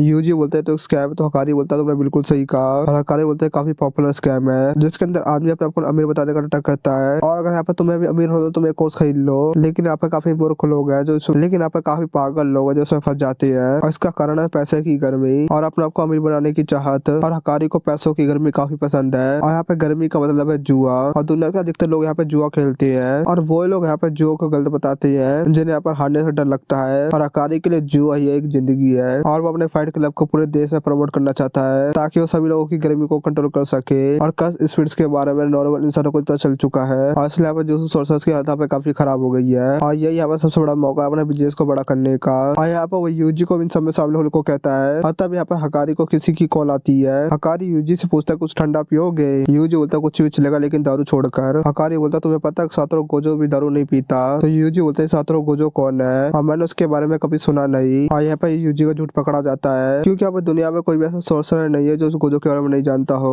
हकारी यूजी से बोलता है तुम यहाँ पे जूसो हाई से आए हो ना। और ऐसा कहकर वो यूजी पर अटैक कर देता है और वो कहता है यहाँ पे उसे किरारा का कॉल आ रहा है मतलब यहाँ पे कुछ ना कुछ प्रॉब्लम जरूर है। यूजी उससे बोलता है यहाँ पे पहले मेरी बात सुन लो। हकारी बोलता है बिल्कुल भी नहीं क्योंकि अब यहाँ पे मेरा दिमाग खराब हो गया है। और ये एपिसोड इसी सिंगल पे खत्म हो जाता है। कैसा लगा आज का एपिसोड कमेंट करके जरूर बताना और अगर तो वीडियो देख लेना वीडियो को लाइक भी कर देना। चलो मिलता है नेक्स्ट वीडियो में। हे नए फैन आज हम देखने वाले jutsu Kaisen season 3 episode number 6। Episode के स्टार्टिंग में मैगोमी को देखते हैं जो चुप के अंदर घुस गया था और यहाँ पे एक गार्ड को बेहोश कर देता है। और तो दूसरा पांडा टायर से खेलना होता है दो गार्डों के सामने। दूसरा गार्ड पहचान जाता है कि हमारा फाइटर है ना कि कोई नॉर्मल पांडा। ये सुनने के बाद पांडा दोनों गार्ड को बेहोश कर देता है। फिर पांडा सीढ़ियों से ऊपर जाने लगता है जिन पे कोई भी सीसीटीवी कैमरा नहीं लगे थे। और फिर दोनों छत पर जाते हैं जहाँ पे हकारी का ऑफिस है। लेकिन तब इनके सामने किरारा आ जाती है जिसको देख के दोनों शॉक हो जाते हैं क्योंकि उनको लगा था किरारा हकारी के साथ ही होगी। मैगोमी को देख किरारा बोलती है ये तो वही लड़का जो यूजी के साथ था। पांडा ने इसको अपने साथ अंदर घुसा लिया यानी कि दोनों जुत्सु हाई के सोर्सर्स है यानी कि आप हकारी पे खतरा है। ये बात बताने के लिए तुरंत कॉल करती है हकारी के पास। अब मैगोमी अपने शैडो डॉग से उस पर अटैक करता है लेकिन किरारा उसके डॉग को उठाकर उसके पास ही फेंक देती है। इसके बाद वो ऑफिस रूम की तरफ भागने लगती है और पांडा उसका पीछा करते हुए समझाता है हम तुम्हारे दुश्मन नहीं हम तो बस हकारी से कुछ पूछने आए हैं। लेकिन किरारा बोलते उसे पांडा पे भरोसा नहीं है क्योंकि उसने उनको धोखा दिया है और किरारा की कस टेक्निक की वजह से पांडा उसके पास जा नहीं पा रहा था। मैगोमी का शैडो डॉग किरारा का रास्ता रोक लेता है लेकिन यहाँ पे मैगोमी भी अपने डॉग की तरफ खींचा चला जाता है और मैगोमी को समझ नहीं आता यहाँ पे किरारा की कस टेक्निक क्या है। और हम देखते हैं पांडा के पीछे एक स्टार बना हुआ था। मैगोमी किरारा से बोलता है हम जुसाई की तरफ से नहीं है और तुम्हें यहाँ पे पता है टोक्यो में क्या हो रहा है और जो वहाँ पर बैरियर बने हैं वो कल ही गेम का हिस्सा है और इसलिए हम लोगों को यहाँ पे हकारी की मदद चाहिए। लेकिन किरारा को इन पे विश्वास ही नहीं हो रहा था तो मैगोमी पूछा तुम्हारे हायरअप के बीच में क्या हुआ था तो तुम दोनों को जूसो से निकाल दिया गया। पांडा बताता है कि जूसो हायरअप्स थोड़े से डरपोक है और उन्हें नई प्रकार की कस टेक्निक बिल्कुल पसंद नहीं है और टाइम के साथ साथ कस टेक्निक्स टेक्नोलॉजी के साथ मिक्स होती जा रही है और हायरअप्स को ये सब पसंद नहीं है। और जैसे कि आप हकारी की टेक्निक किरारा बोलती है हायरअप शुरुआत से ही दिमाग से पैदल रही है लेकिन उनकी वजह से कुछ समझने वाला गोजो तो है तो फिर तुम्हें हकारी की मदद क्यों चाहिए। मैगोमी बोलता गोजो सेंसर को सील कर दिया गया है लेकिन किरारा को मैगोमी की बात पर विश्वास नहीं होता। मैगोमी सोचता किरारा हकारी के सबसे करीब है इसलिए आप इन लोगों को किरारा को मनाना ही होगा। मैगोमी अब रैबिट की स्किप टेक्निक इस्तेमाल करता है जिससे आप काफी सारे रैबिट आ जाते हैं। मैगोमी देखता है सबके ऊपर एक्रक्स लिखा हुआ था और ऑफिस के गेट पे लिखा था एक्रक्स और मैगोमी के रैबिट बिल्कुल फेल हो जाती है और किरारा बोलते हो अपनी टेक्निक की मदद से शिकिगामी पे मार कर सकती है। रैबिट्स भी उसके डॉग की तरह है उससे जाके चिपक जाएंगे और मैगोमी को दबा के मार देंगे लेकिन तभी मैगोमी सभी रैबिट्स को गायब कर देता है। और फिर पांडा से पूछता है उसकी रैबिट टेक्निक कैसी थी तो यहाँ पे पांडा बोलता है एकदम खतरनाक लेकिन यहाँ पर रैबिट काफी क्यूट थे। तो यहाँ पे मैगोमी बोलता है मेरा मतलब यहाँ पर ये है वहाँ पर कौन कौन सी जगह पर नहीं जा पा रहे थे तो वो बोलता है किरारा और ऑफिस रूम और वो देखता है पांडा के ऊपर ईएमआई लिखा हुआ है और उसको अपने ऊपर भी अक्षर लिखा हुआ दिखता है। और यहाँ पे मैगोमी समझ जाता है किरारा की टैग तारों से जुड़ी हुई है। ये सुन के यहाँ पे किरारा काफी शौक हो जाती है और मैगोमी काफी समझ आता है उसको सोचना यहाँ पर सही है और किरारा यहाँ पे टेंशन में आ जाती है अगर मैगोमी को पता चल गया उसकी टैग कैसे काम करती है तो यहाँ पर वो ऑफिस रूम के अंदर पहुंच जाएगा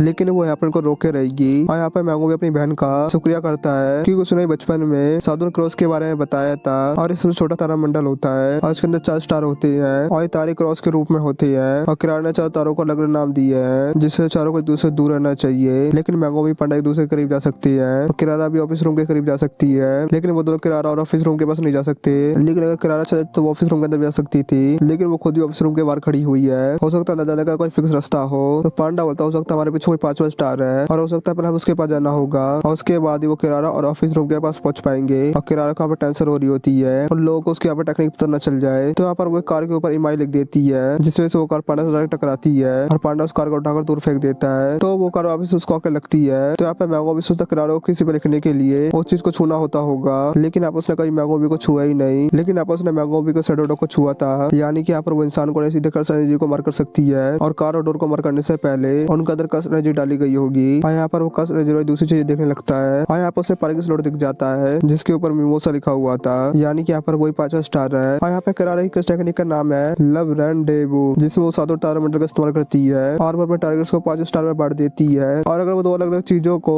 1 स्टार का नाम दे तो वो आपस में चिपक जाएंगे, ऐसे मैंगो में किसी के हमेशा चिपक रही है। और 1 स्टार दूसरे स्टार के पास भी जा सकता है जब वो एकदम सीधे रास्ते पे चले और रास्ते स्टार की पृथ्वी से दूरी, यानी कि पहले मैंगोमी को मिमोसा को छूना होगा, तब जाकर वो किरारा और ऑफिस रूम तक पहुंच पाएगा। अब मैंगोमी अपना एक रैबिट पांडा को देता है और पांडा उस रैबिट को पार्किंग लॉट की तरफ फेंकता है, यानी कि अब मैंगोमी ने मिमोसा को छू लिया है। किरारा मैंगोमी की तरफ भी कार फेंकने लगती है, लेकिन तभी किरारा के पीछे आकर शैडो डॉग उसको पकड़ लेता है और किरारा को याद आता है मैंगोमी ने अपने डॉग को तो गायब किया नहीं था और उसने अपने डॉग को एक दीवार के पीछे छुपा दिया था। और जैसे उसकी और मैंगोमी के बीच किरारा आई, उसने अपने डॉग को बाहर आने को बोल दिया और डॉग किरारा को खींचते हुए मैंगोमी के पास ले आया और किरारा को मजबूरी अपने टेक्निक को बंद करना पड़ता है और मैंगोमी यहाँ पे किरारा का हाथ बांध देता है और यहाँ पे मैंगोमी बोलता है हमारी बात अब ध्यान से सुनो। तो किरारा पूछे तुम्हें कैसे पता डॉग तुम्हारे पास ही आएगा, उसके बोले तुम भी तो उसकी तरफ खींचा सकते थे। मैंगोमी बोलता है तो बस एक रिक्स था, लेकिन अब वो समझ गया है जिसकी वजह से टकस टेक्निक होगी उसकी तरफ चीजें खींचती हुई आएंगी। और पहले मैंगोमी डॉग की तरफ खींचा चला गया था, लेकिन अब उसने अपनी कर्स एनर्जी बढ़ाकर डॉग को अपनी तरफ बुला लिया और मैंगोमी कहता चलो तरीके से काम करना। और मैंगोमी का इतना तेज दिमाग देखकर किरारा काफी इंप्रेस हो जाती है। मैंगोमी अब उसे छोड़ देता है और उसके आगे बो डाउन करने लगता है और बोलता है हमारे पास अब तक टाइम नहीं है और प्लीज यहाँ पे हमारी बात सुन लो। और किरारा यहाँ पे मान जाती है, लेकिन तभी यूजी ऑफिस आके बाहर गिरता है और उसे यहाँ पे हकारी ने बाहर फेंका था और हकारी उसको एक और मुक्का मारता है और ये देखे यहाँ पे काफी शौक हो जाता है। यूजी अपना को बिल्कुल बचाने की कोशिश नहीं कर रहा है, तो यहाँ पे हकारी बोलता है क्या तुम बिल्कुल पागल हो क्या। और यूजी यहाँ पे अपने मन में बोलता है उसे हकारी को अपने ऊपर विश्वास दिलाना नहीं होगा, इसलिए यहाँ पर वो ना पीछे हटेगा ना प्लेट बाहर करेगा। और ये सब देखा हकारी उसकी बात सुनने के लिए तैयार हो जाता है, लेकिन इस शर्त पर यूजी को अपने पैरों पर खड़ा रहना होगा। और किरारा यहाँ पे चिल्ला के बोलते हैं लोगों तुम्हारी मदद चाहिए और पहले यहाँ पर लोगों की बात सुन लो। और हकारी यहाँ पे यूजी को एक और मुक्का मारता है, लेकिन यूजी दोबारा से खड़ा हो जाता है। तो यहाँ पे हकारी पूछा तुम्हें मुझसे मदद क्यों चाहिए। तो यहाँ पे यूजी बोलता है हमारे सीनियर्स ने बताया है तुम यहाँ पे काफी स्ट्रॉन्ग हो। तो यहाँ पे हकारी बोलता तुम अपने साथ मेरी विजन खतरे में डालना चाहते हो और तुम यहाँ पे मुझे अपनी गर्मी दिखाओ तब यहाँ पे मैं तुम्हारी बात मानूंगा। और प्रिंसिपल यागा ने इस बार कितने घटिया स्टूडेंट्स को लिया है। यूजी बोलता है मेरे अंदर कोई भी गर्मी नहीं है और मैं तो बस एक बड़ी सी मशीन का छोटा सा गियर हूँ और वो मशीन जिसका इस्तेमाल सॉर्सर करते हैं वो भी कर्सिस को मारने के लिए। और हकारी बोलता है तुम तो यहाँ पे काफी कमजोर हो और हकारी उसे एक और पंच मारता है जिससे यहाँ पे यूजी दूर जाके गिरता है। हकारी बोलता दर्द हुआ ना, और गोजो सेंसर ने मुझे कहा था मेरी कर्स एनर्जी बाकी के मुकाबले काफी अलग है। और वो पांडा मैंगोमी से बोलता है यूजी को लेकर ऐसे दफा हो जाओ, लेकिन तभी यूजी के पीछे आके खड़ा हो जाता है और ये सब देखा हकारी को विश्वास ही नहीं होता।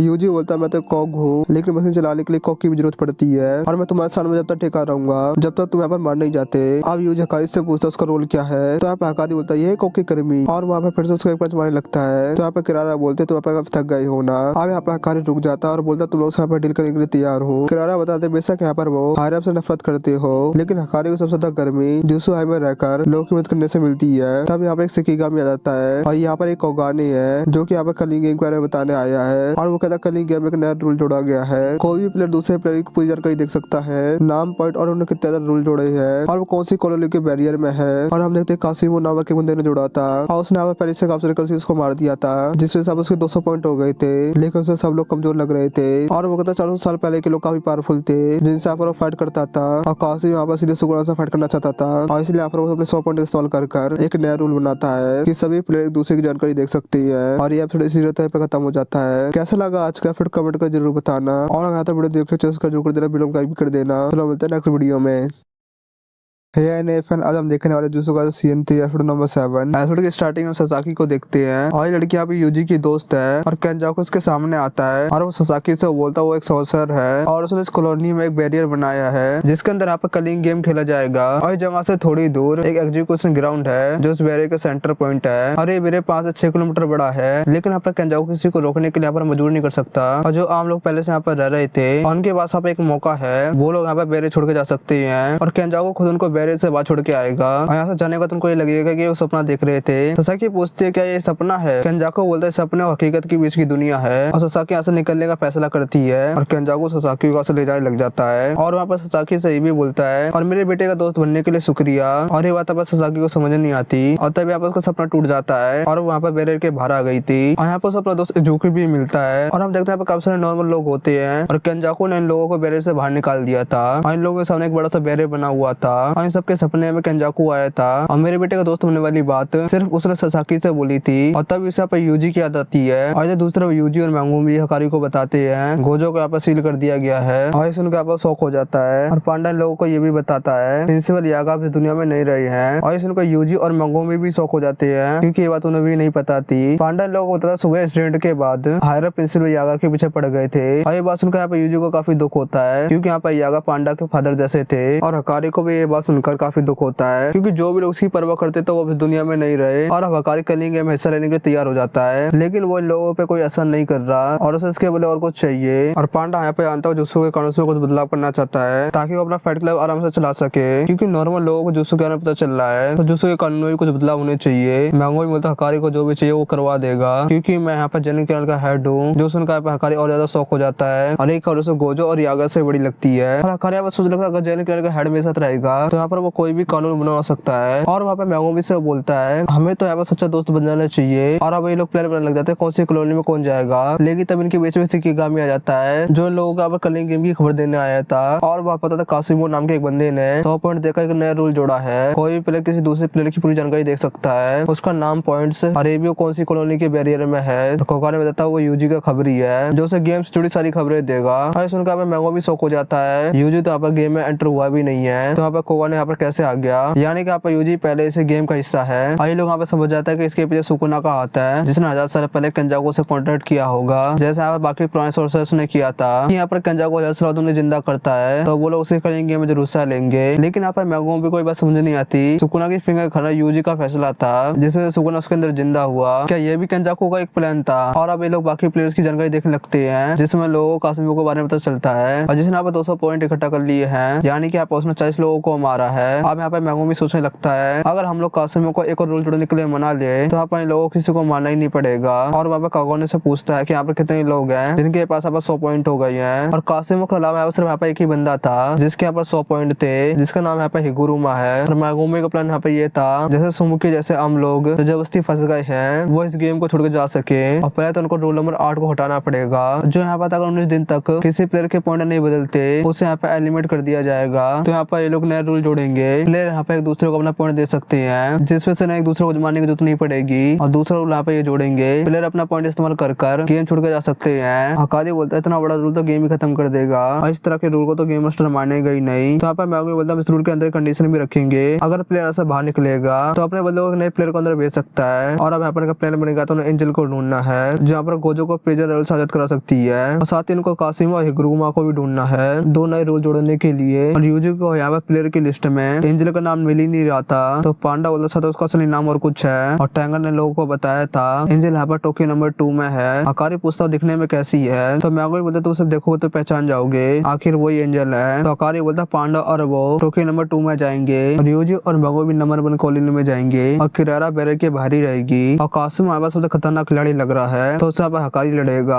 और पांडा यहाँ पर भी सूखने की शक्ति से एंजल के बारे में पता लगाएगा। तो यहाँ पर किरारा पूछते उनके साथ क्यों नहीं चलेगी। हकारी बोलता है यूटा जब से बैरर के अंदर गया है तब से उसने हमारे से कॉन्टेक्ट नहीं करा है और जैसे यहाँ पे ये लोग बैरर के अंदर जाएंगे इनके बाहर की दुनिया से कनेक्शन टूट जाएगा। तो यहाँ पर बाहर की खबर रखने के लिए यहाँ पर किसी को तो बाहर रुकना होगा। और यूजी नहीं चाहता मैगोमी और वो एक ही कॉलोनी में जाए क्योंकि आप उससे डरता है कि सुकना साथ कुछ ना कर दे। मैगोमी बोलता है ऐसा कुछ नहीं होगा और हकारी जो प्लान बनाया वो सही है। और अगले दिन लोग बैरर के पास पहुंच जाते हैं और कोगाने इन दोनों को बताता है बैरर के अंदर कलिंग गेम चल रहा है और अगर ये लोग गेम के अंदर एंटर करते हैं तो ये भी गेम के प्लेयर बन जाएंगे। और यूजी मैगोमी हकारी और पांडा इसके लिए मान जाते हैं। और नंबर कॉलोनी के अंदर हम हानी नाम के एक लेडी को देखते हैं जो वॉकी टॉकी से रेन नाम के बंदे से बात कर रही थी और वो पूछते हैं और कितना टाइम लगेगा। और यहाँ पर आसमान की तरफ को देखते हुए कुछ चीज इंतजार कर रहा था और हानी अपनी कस्ट टेक्निक एक्टिवेट करती है जिससे यहाँ पर हवा में उड़ने लगती है। और कॉलोनी के बाहर मैगोमी और यूजी बात कर रहे थे। मैगोमी बोलता उन्हें पुराने सोचर से बचकर रहना होगा क्योंकि उनके लिए इंसान की जान कोई भी कीमती नहीं है और हजारों साल पहले इंसानों को लड़ने वाला मजा आता था और इसी वजह से उन लोगों ने यहाँ पर केंजाकू से कॉन्ट्रैक्ट बनाया होगा और अब कलिंग गेम का हिस्सा बने होंगे। और कासिम और हिगुरुमा पुराने सोर्सर लग रहे हैं। तो यहाँ पर वो लोग तेज उनकी बात नहीं मानेंगे और यूजी बोलता है उनको स्पीड से बच के रहना होगा। यूजी बोलता है नए जमाने के सॉर्सर जो स्मोकी की तरह मजबूरी में इस गेम में फंस गए हैं, वो लोग जरूर उनकी बात मान जाएंगे और सबसे प्लान का काम है हिगुरुमा को ढूंढना।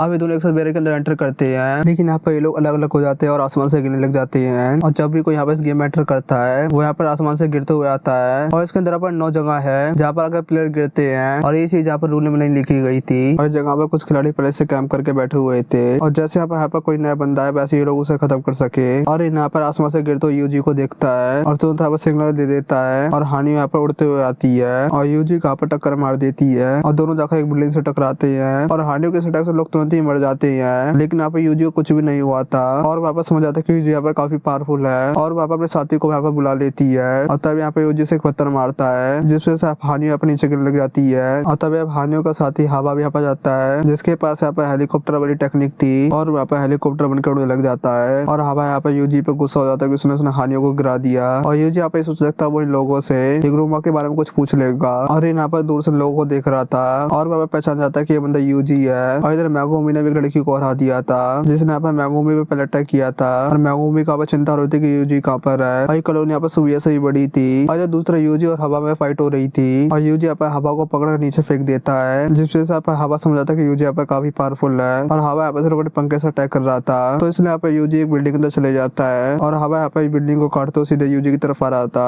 और तब यहाँ पे यूजी हवा के सर पे एक मच्छर मारता है जिस वजह से यहाँ पर हवा रुक जाता है और उस पर चक्कर आने लग जाती है। लेकिन यहाँ पर फिर भी हार नहीं मानता इसलिए यहाँ पे यूजी उसके गोटे फोड़ देता है जिस वजह से हवा बेहोश हो जाता है। तो अब यहाँ पे यूजी सोचने लगता है और यहाँ पर हिगुरुमा के बारे में कैसे पूछेगा। तब यहाँ पे पीछे से रिन आता है और वो बोलता है हिगुरुमा के बारे में पता है वो कहाँ पर है और ये भी यहाँ पर वो यूजी को जानता है और यूजी को यहाँ पर हाई स्कूल में टाइगर करके बुलाते थे और यूजी यहाँ पर समझ आता है कि रिन यहाँ पर उसके होम टाउन से है और रिन यहाँ पर यूजी को कहीं ले जाने लगता है और यूजी मुझे लगता है वो दोनों क्या तुम्हारे दोस्त थे क्या। तो रिन बोलता है मजबूरी में दोनों के साथ काम कर रहा था वरना यहाँ पर वो लोग उसे भी एलिमिनेट कर दिए थे। और रिन बताता है यहाँ पर हिगुरुमा इको बुको वाली जगह पर है और दूसरा वो लड़की भी बताती है और वो लड़की मैगोमी को जब भी बताएगी जब मैगोमी इसको नाइट बनकर उसकी सेफ्टी करे तो यहाँ पर मैगोमी बोलता है अगर वो यहाँ पर झूठ बोल रही है तो यहाँ पर उसकी सजा जरूर मिलेगी और मैगोमी यहाँ पर यूजी की तरह नहीं है और अगर यहाँ पर पॉइंट कमाने के लिए किसी को मारना पड़ा तो यहाँ पर वो भी करेगा। और उस यहाँ पे ये भी चलता है रैम यहाँ पर पुरानी नहीं है बल्कि यहाँ पे एक नई सोर्सर है। रैम बताते हम लोगों को यहाँ पर बैट से बजाने का मौका दिया गया था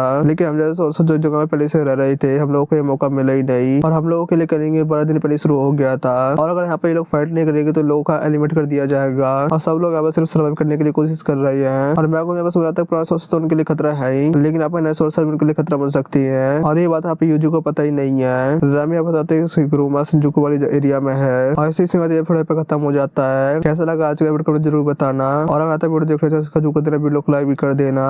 नेक्स्ट वीडियो में फैन आज हम देखने वाले जूसो का सीजन 3 एपिसोड नंबर 8। अब तक हमने देखा मैगोमी और यूजी नंबर 1 कॉलोनी में एंटर हो जाते हैं और हिगुरुमा को ढूंढ लगते हैं। रिन और रैमी बोलते हैं हिगुरुमा की लोकेशन जानते हैं। अब हमें पास्ट के कुछ सीन दिखाए जाते हैं। मार्च 2016 में एक चोर माँ और बेटी की हत्या कर देता है और पुलिस यहाँ पर इस क्राइम के लिए कीता नाम के बंदे को पकड़ लेती है जो यहाँ पर उसी एरिया में रहता है। लेकिन यहाँ पे कीता कहता है उसने यहाँ पे कुछ नहीं करा है और हिगुरुमा उससे मिलने जाता है जो फिर डिफेंस लॉयर है। और जब पुलिस वाले कीता से कुछ पूछताछ करने गए थे तो कीता से भग गया था और पुलिस वालों ने कीता का घर तक पीछा करा और उनको यहाँ कीता के घर में खून से भरी चाकू मिली और चाकू जो खून था उसी माँ बेटे का था यानी कि यहाँ पे मर्डर कीता ने करा था। तो यहाँ पे कीता कहता पुलिस वालों से भागा था क्योंकि अब उसके पास एक कैट थी और जहाँ पर वो रहता है बिल्ली रखना अलाउड नहीं है इसलिए यहाँ पे कीता अपनी बिल्ली को चलने के लिए वहां से भागा था। और यहाँ पे जो चाकू पुलिस वालों को मिली वो सड़क पे पड़ी मिली थी। अब हिगुरुमा अपने ऑफिस में आता है तो उसकी असिस्टेंट सुजुमु बोलती है कीता तो यहाँ पे साफ तरीके से झूठ बोल रहा है और कीता रास्ते में पड़ा हो चाकू क्यों उठाएगा और आखिर पुलिस में डके मारे क्यों भागेगा। हिगुरुमा बोलता है कीता को पुलिस वालों ने पहले भी परेशान करा है और उसने यहाँ पे बताया उस चाकू को पुलिस को देने के लिए जाने वाला था क्योंकि आप उसके मोहल्ले पुलिस को बुलाना अलाउड नहीं है क्योंकि यहाँ पर आस पड़ोस के अमीर लोगों को पुलिस से परेशानी होती है। और कीता एनपीओ नाम के शेल्टर में काम करता है जहाँ पर बूढ़े लोगों की देखभाल करनी पड़ती है और वहाँ पर उसको कोई सैलरी भी नहीं मिलती है बस यहाँ पे उसको कुछ पैसे एक टाइम का खाना मिलता है और उसके बाद ये रेंट के नाम पर उसे 50,000 रियल लिए जाते हैं। और यहाँ पे कीता जिस जगह पे रहता है उस जगह पे ऑलरेडी बहुत से क्रिमिनल लोग रहते हैं और शायद उनमें से कोई चोर हो सकता है और हिगुरुमा उन सबकी जानकारी निकालने लग जाता है क्योंकि अब उसे लगता था कीता यहाँ पे बिल्कुल निर्दोष है। यहाँ पे शिवमुजू बोलती है वैसे भी यहाँ पर हम लोग सरकारी लॉयर हैं जिनको यहाँ पे ज्यादा पैसे नहीं मिलते और बहुत ज्यादा काम भी करना पड़ता है और सभी लोगों को यहाँ पे पता है कीता को यहाँ पे सजा होके तो जरूर रहेगी। तो फिर भी यहाँ पे हिग्रोमा उसका केस क्यों लड़ना चाहता है। तो हिग्रोमा बोलता है कभी कभी हमें ऐसे केस भी लड़ने चाहिए, इन केसों से हमारा दिमाग तेज होता है। तो शिवमुजू बोलते तुम कभी कभी नहीं हमेशा से केस लड़ते हो। फिर शिवमुजू तकाजी से उसकी कैफे मिलने जाती है। फिर तकागी भी हिग्रोमा के साथ काम करती थी। वो बताते हैं हिग्रोमा शुरुआत से ऐसा ही है और वो कोई पैसों के पीछे नहीं भागता है। और उसके पास एक ड्रंक ड्राइविंग का केस आया था जिसमें एक 19 साल की लड़की को उसके साथियों ने दारू पिला दी थी, लेकिन यहाँ पे हिग्रोमा वो केस हार गया था जिस वजह से लड़का उसी पे चिल्लाने लग गया तुमने यहाँ पर मुझे बचाया क्यों नहीं। और तब यहाँ पे मैंने उसको मना करा था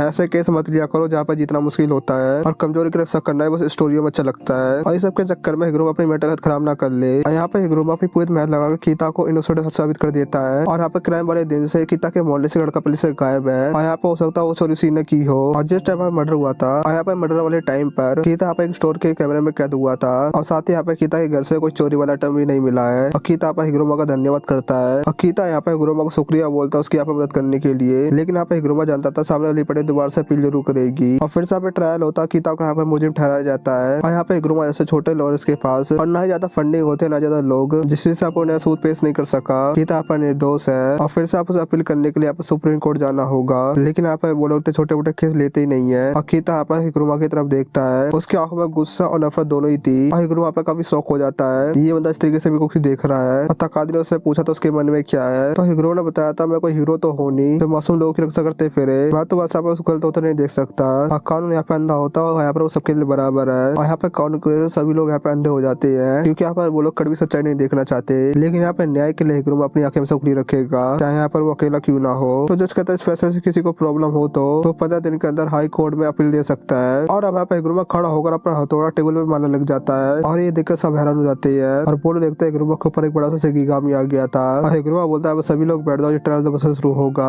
उसी टाइम के बाद हिग्रोमा की पावर से अवेकन हुई थी और यहाँ पे हिग्रोमा भी किलिंग गेम का एक प्लेयर है। अब प्रेजेंट का सीन दिखाया जाता है। अब यहाँ पर और एमी दोनों बोलते हैं वो यहाँ पर हिग्रोमा की लोकेशन जानते हैं, लेकिन यहाँ पे इन दोनों से कोई झूठ बोल रहा था। हम यहाँ पे रजी नाम का बंदा दिखा था जिसके पास ढेर सारी पर्चियां थी और यहाँ पर वो अपने अगले शिकार का इंतजार कर रहा था। और जब कुछ टाइम पहले रेन स्कूल में था तब कुछ बच्चे एक बच्चे को परेशान कर रहे थे और यहाँ पे सबको दूर से देख रहा था। अपने मन में बोलता है बच्चे को अपने लिए कुछ ना कुछ जरूर करना चाहिए वरना यहाँ पे बच्चे से पूरे साल परेशान करते रहेंगे। लेकिन यहाँ पर इन कुछ नहीं करता, यहाँ पर वो दूर से सब कुछ देखता रहता है। तब यहाँ पे एक दूसरा बंदा आता है जो यहाँ पर लोगों को रोकने के लिए बोलता है। तो यहाँ पर इन अपने मन में बोलता है कोई गधा यहाँ पर इनसे पिटने के लिए, लेकिन यहाँ पर बंदा और कोई नहीं यूजी था और यहाँ पे यूजी उन बच्चों को पेल देता है। ये देखकर इन काफी शौक हो जाता है। अब प्रेजेंट का सीन दिखाया जाता है। रिन यहाँ पे यूजी को एक थिएटर के पास लेके जाता है और बोलता है हिग्रोमा से थिएटर के अंदर रहता है। तो यहाँ पे यूजी से शुक्रिया बोलकर अंदर जाने लग जाता है। रिन यहाँ पे बोलता है हिग्रोमा से खुद तो नहीं मिला लेकिन आप उसने हवा को बहुत बुरी तरीके से पीटा था। यूजी बोलता है यहाँ पे खुद को संभाल सकता है, अंदर जाने लग जाता है। और यहाँ पे यूजी कुछ बताना चाहता था लेकिन यहाँ पे वो नहीं बता पाता। और दूसरी तरफ रैमी भी मैगोमी को कहीं लेके जाती है और यहाँ पे रैमी ने झूठ बोला था और यहाँ पे वो मैगोमी को रेजी के पास लेके आई थी। और ये सब देख कर मैगोमी काफी गुस्सा जाता है और अपने शैडो डॉग को बुला लेता है और बोलता है उसके पास फालतू का टाइम नहीं बर्बाद करने के लिए। और यहाँ पे यूजी को हिग्रोमा मिल जाता है जो कि यहाँ पे एक बाथटब के अंदर लेटा हुआ था।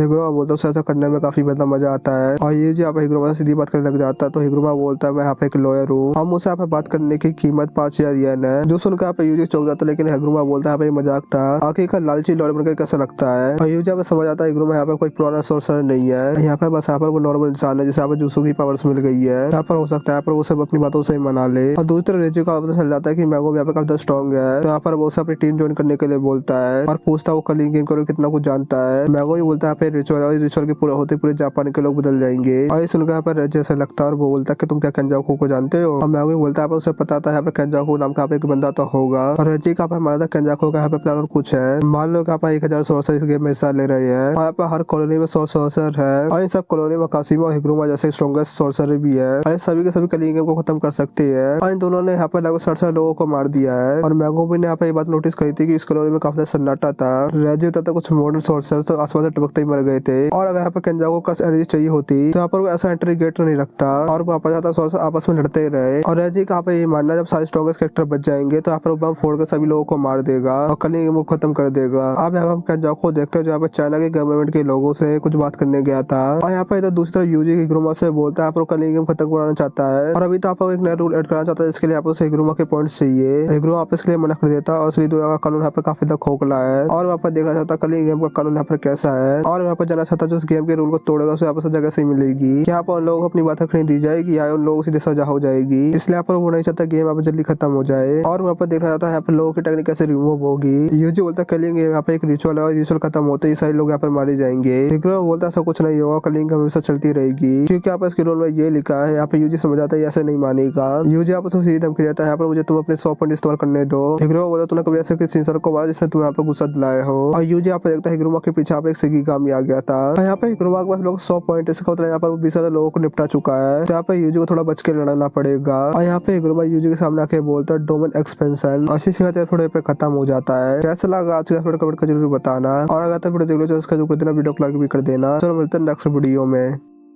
नए फैंस, आज हम देखने वाले जुत्सुका से सीजन 3 एपिसोड नंबर 9। अब तक हमने देखा हिग्रुमा यूजी की बात नहीं मानता और अपना डोमेन ओपन कर लेता है, और यूजी सोचता है डोमेन ओपन करने से पहले हिग्रुमा पर अटैक कर देना चाहिए। वहाँ पर जल्दी से हिग्रुमा के पास जाता है, उसे एक पंच मारने की कोशिश करता है, लेकिन आप उसका हवा में रुक जाता है। हिग्रुमा बोलता है मेरे डोमेन में मारपीटाई अलाउ नहीं है, और ये नियम दोनों पर लागू होता है। ये दोनों कटघरे में खड़े हो जाते हैं। हिग्रुमा का डोमेन यहाँ पे कोर्ट की तरह, जहाँ पर यूजी को ऊपर ट्रायल होगा, और जहाँ पे हिग्रुमा का शिकिगामी वहाँ पर जज है। जज यहाँ पे बोलते हैं यूजी पर आरोप है 18 साल से कम होने का बेगस पार्लर में गया था। यहाँ पे हिग्रुमा बोलता है जज को सब कुछ पता होगा, जो भी आप कटघरे में खड़ा होगा। और तब यहाँ पे हिग्रुमा के हाथ में एक लिफाफा आ जाता है, जहाँ पर सबूत तक यूजी सच उस पार्लर में गया था कि नहीं। और सबूत जजमेंट ने दिया है, और सबूत का मतलब ये नहीं कि यूजी यहाँ पे क्रिमिनल है, और सबूत का ये मतलब कि यूजी यहाँ पे दोषी है। और पहले यहाँ पे अपनी केस को सफाई दे सकता है, उसके बाद ये लिफाफा खुलेगा, और यूजी यहाँ पे ये सब देख के समझ जाता है कि यहाँ पे हिग्रुमा सच का एक लॉयर है। और यहाँ पर टेंगन ने यूजी को बताते पुराने जमाने के सोर्सर भी डोमेन का यूज करा करते थे, लेकिन यहाँ पर उन डोमेन में गारंटेड हिट नहीं हो करता था। और ये यहाँ पे समझ आता है हिग्रुमा के डोमेन यहाँ पे गारंटेड हिट नहीं है, यानी कि यहाँ पर डोमेन यूजी को चोट नहीं पहुंचा सकता, और बाउंडिंग बाग की वजह से हिग्रुमा को यूजी को इसके रूल बताने पड़ेंगे। और हिग्रुमा बोलता है यूजी को सफाई देने का सिर्फ एक ही मौका मिलेगा। उसके बाद हिग्रुमा सबूत देकर अपनी दलील देगा, और फिर यहाँ पर जज में फैसला सुनाएगा। तो यहाँ पे यूजी पूछता है अगर मैं निर्दोष पाएगा तो यहाँ पे क्या होगा, लेकिन यहाँ पे हिग्रुमा ये सब नहीं बताता। अब यहाँ पे हिग्रुमा बोलता है यूजी के पास यहाँ पे बस 3 ऑप्शन है। पहला है यहाँ पर चुप रहो, कुछ ना बोले, और दूसरा यहाँ पर अपना जुर्म कबूल कर ले, और तीसरा यहाँ पर मना कर दे, उसने यहाँ पर कोई जुर्म करा ही नहीं है। और यहाँ पे चाहे बेशक यूजी झूठी बोल सकता है, यूजी उधर ट्रायल में झूठी बोल सकते हैं। हिग्रुमा बोलता है सब लोग सच होते ट्रायल की जरूरत ही नहीं पड़ती। अब यहाँ पे सोच लगता है वहाँ पर क्या बोले, और वापस पार्लर में गया भी था, उसने यहाँ पर गेम भी खेली थी, और वापस ने पैसे भी जीते थे, और आपको झूठ बोलना पड़ेगा अपनी सजा से बचने के लिए। लेकिन आपसे पता नहीं उस सबूत में आखिर क्या है, और सबूत में अगर ये है कि यूजी उस पार्लर में गया ही नहीं था तो यूजी यहाँ पर झूठी बोल सकता है, और सबूत अगर ये है कि यूजी यहाँ पर गया था तो आप वो बहाना दे सकता है उसे टाउट करने गया था, लेकिन आप इससे साबित हो जाएगा यूजी यहाँ पर गया था, और अब यहाँ पर कंफेस कर भी तो उसकी सजा कम हो सकती है। लेकिन आप यूजी को पता नहीं कि जगह पे सजा क्या मिलती है। अब यहाँ पे यूजी झूठ बोलता है उस पार्लर में वो गया था, लेकिन बस टाउट करने के लिए। अब यहाँ पे हिग्रुमा सबूत को बोलता है जिसमें से यूजी की फोटो निकलती है, जिसमें यहाँ पर वो पास के एटीएम में खड़ा हुआ था। इसका मतलब सबूत को उस पार्लर से कुछ लेना देना नहीं था, लेकिन यहाँ पे यूजी ने सच बोल दिया कि यहाँ पर उस पार्लर में गया था, और उसने से पैसे भी निकाले थे, यानी कि यहाँ पर वो सिर्फ बाथरूम करने तो नहीं गया होगा, वहाँ पर उसने गेम भी कुछ खेले होंगे। और जबकि यहाँ पर उसकी उम्र 18 साल से कम थी, और फिर भी आप उसने पार्लर में घुसकर कानून तो तोड़ा है। तो आप ये सोचता थर्ड ऑप्शन ही सही था, उसने झूठ बोल देना चाहिए था कि वो पार्लर में नहीं गया है। तो यहाँ पे एटीएम वाली फोटो से कुछ भी साबित नहीं होता कि पार्लर में गया कि नहीं। फिर यहाँ पे हिग्रुमा बोलता है एटीएम से पैसे निकालना कोई गलत बात तो नहीं है, उसे तो उसे बोला था उस पर लगा इंजाम बस गलत है। और जजमेंट यहाँ पे फैसला सुनाता है कि यहाँ पे यूजी बिल्कुल गलत है, और यहाँ पे इसकी सजा कॉन्फिकेशन, और यहाँ पे डोमेन बंद हो जाता है। और अब यहाँ पे हिग्रुमा अपना हथौड़ा फेंक कर यूजी को मारता है, जहाँ पे यूजी के हाथ पे आके लगता है, जिससे पे यूजी थोड़ी बहुत चोटी भी आ जाती है। और अब यहाँ पे हिग्रुमा यूजी के पास आता है, और वो हथौड़ा यहाँ पे हिग्रुमा के पास आ जाता है, और यहाँ पे हिग्रुमा उस हथौड़े को अपनी पावर से बड़ा कर लेता है, और यहाँ पे उस हथौड़े को यूजी को मारता है। यूजी यहाँ पे समझ आता है हिग्रुमा यहाँ पे हथौड़े को कहीं से ही बुला सकता है, और यहाँ पे उसके साइज को छोटा बड़ा भी कर सकता है। और फिर से यहाँ पे हिग्रुमा यूजी पे टकराने लग जाता है, यूजी यहाँ पे स्ट्रेट पे आ जाता है गिरकर, और यहाँ पे यूजी बट्टा उठा के हिग्रुमा को मार देता है, और यहाँ पे हिग्रुमा अपना बड़ा सा हथौड़ा यूजी को मार देता है, जिस वजह से यहाँ पे यूजी जमीन के अंदर घुसने लगता है। और यहाँ पे हिग्रुमा को लग रहा था वो ऐसे खिलौने से खेल रहा जो कभी नहीं टूट सकता। और यहाँ पे दूसरी तरफ यूजी की हालत भी खराब हो रही थी, और वो यहाँ पे सोचा था हिग्रुमा की कोई ना कोई कमजोरी जरूर होगी। और तब उसके दिमाग में आइडिया आता है, यहाँ पर बोलता है रिट्रायल चाहिए, और फिर से आप उस केस की सुनवाई होने लगती है। और ये बोलते हैं दोनों दोबारा से हिग्रुमा के डोमेन आ जाते हैं। जजमेंट आप जिसको सुनाता है उसके पास मौका होता है, वापस दोबारा से रिट्रायल का मौका ले सकता है, जब तक वो इंसान अपना जुर्म कबूल ना कर ले। जजमेंट बोलता है यूजी के ऊपर इल्जाम है, उसने सुबैया में बहुत लोगों को मारा है। यूजी बोलता है पर मैंने बहुत से लोगों को मारा है, आई जुर्म यहाँ पर मैं कबूल करता हूँ। आई सुन के यहाँ पर जजमेंट गुस्सा आ जाता है और बोलता है तुम्हें मौत की सजा सुनाई जाती है। अब यहाँ पे दोबारा से डोमेन खत्म हो जाता है, और यहाँ पे हिग्रुमा के हाथ में थोड़ा केवल एक स्वॉर्ड होती है, जिसका यहाँ पे नाम है एजुकेशन स्वॉर्ड। और यहाँ पे सबसे बड़ी सजा है वो है मौत की, जो यहाँ पे जजमेंट सुना सकता है। और ऐसा होने पे हिग्रुमा के हाथ में एक स्वॉर्ड आ जाती है, और इस स्वॉर्ड से आप जिस इंसान को छू ले उस इंसान की मौत हो जाती है। हिग्रुमा मानता है किसी इंसान को समझने का मतलब ये है उस इंसान की पूरी कमजोरियां देखना,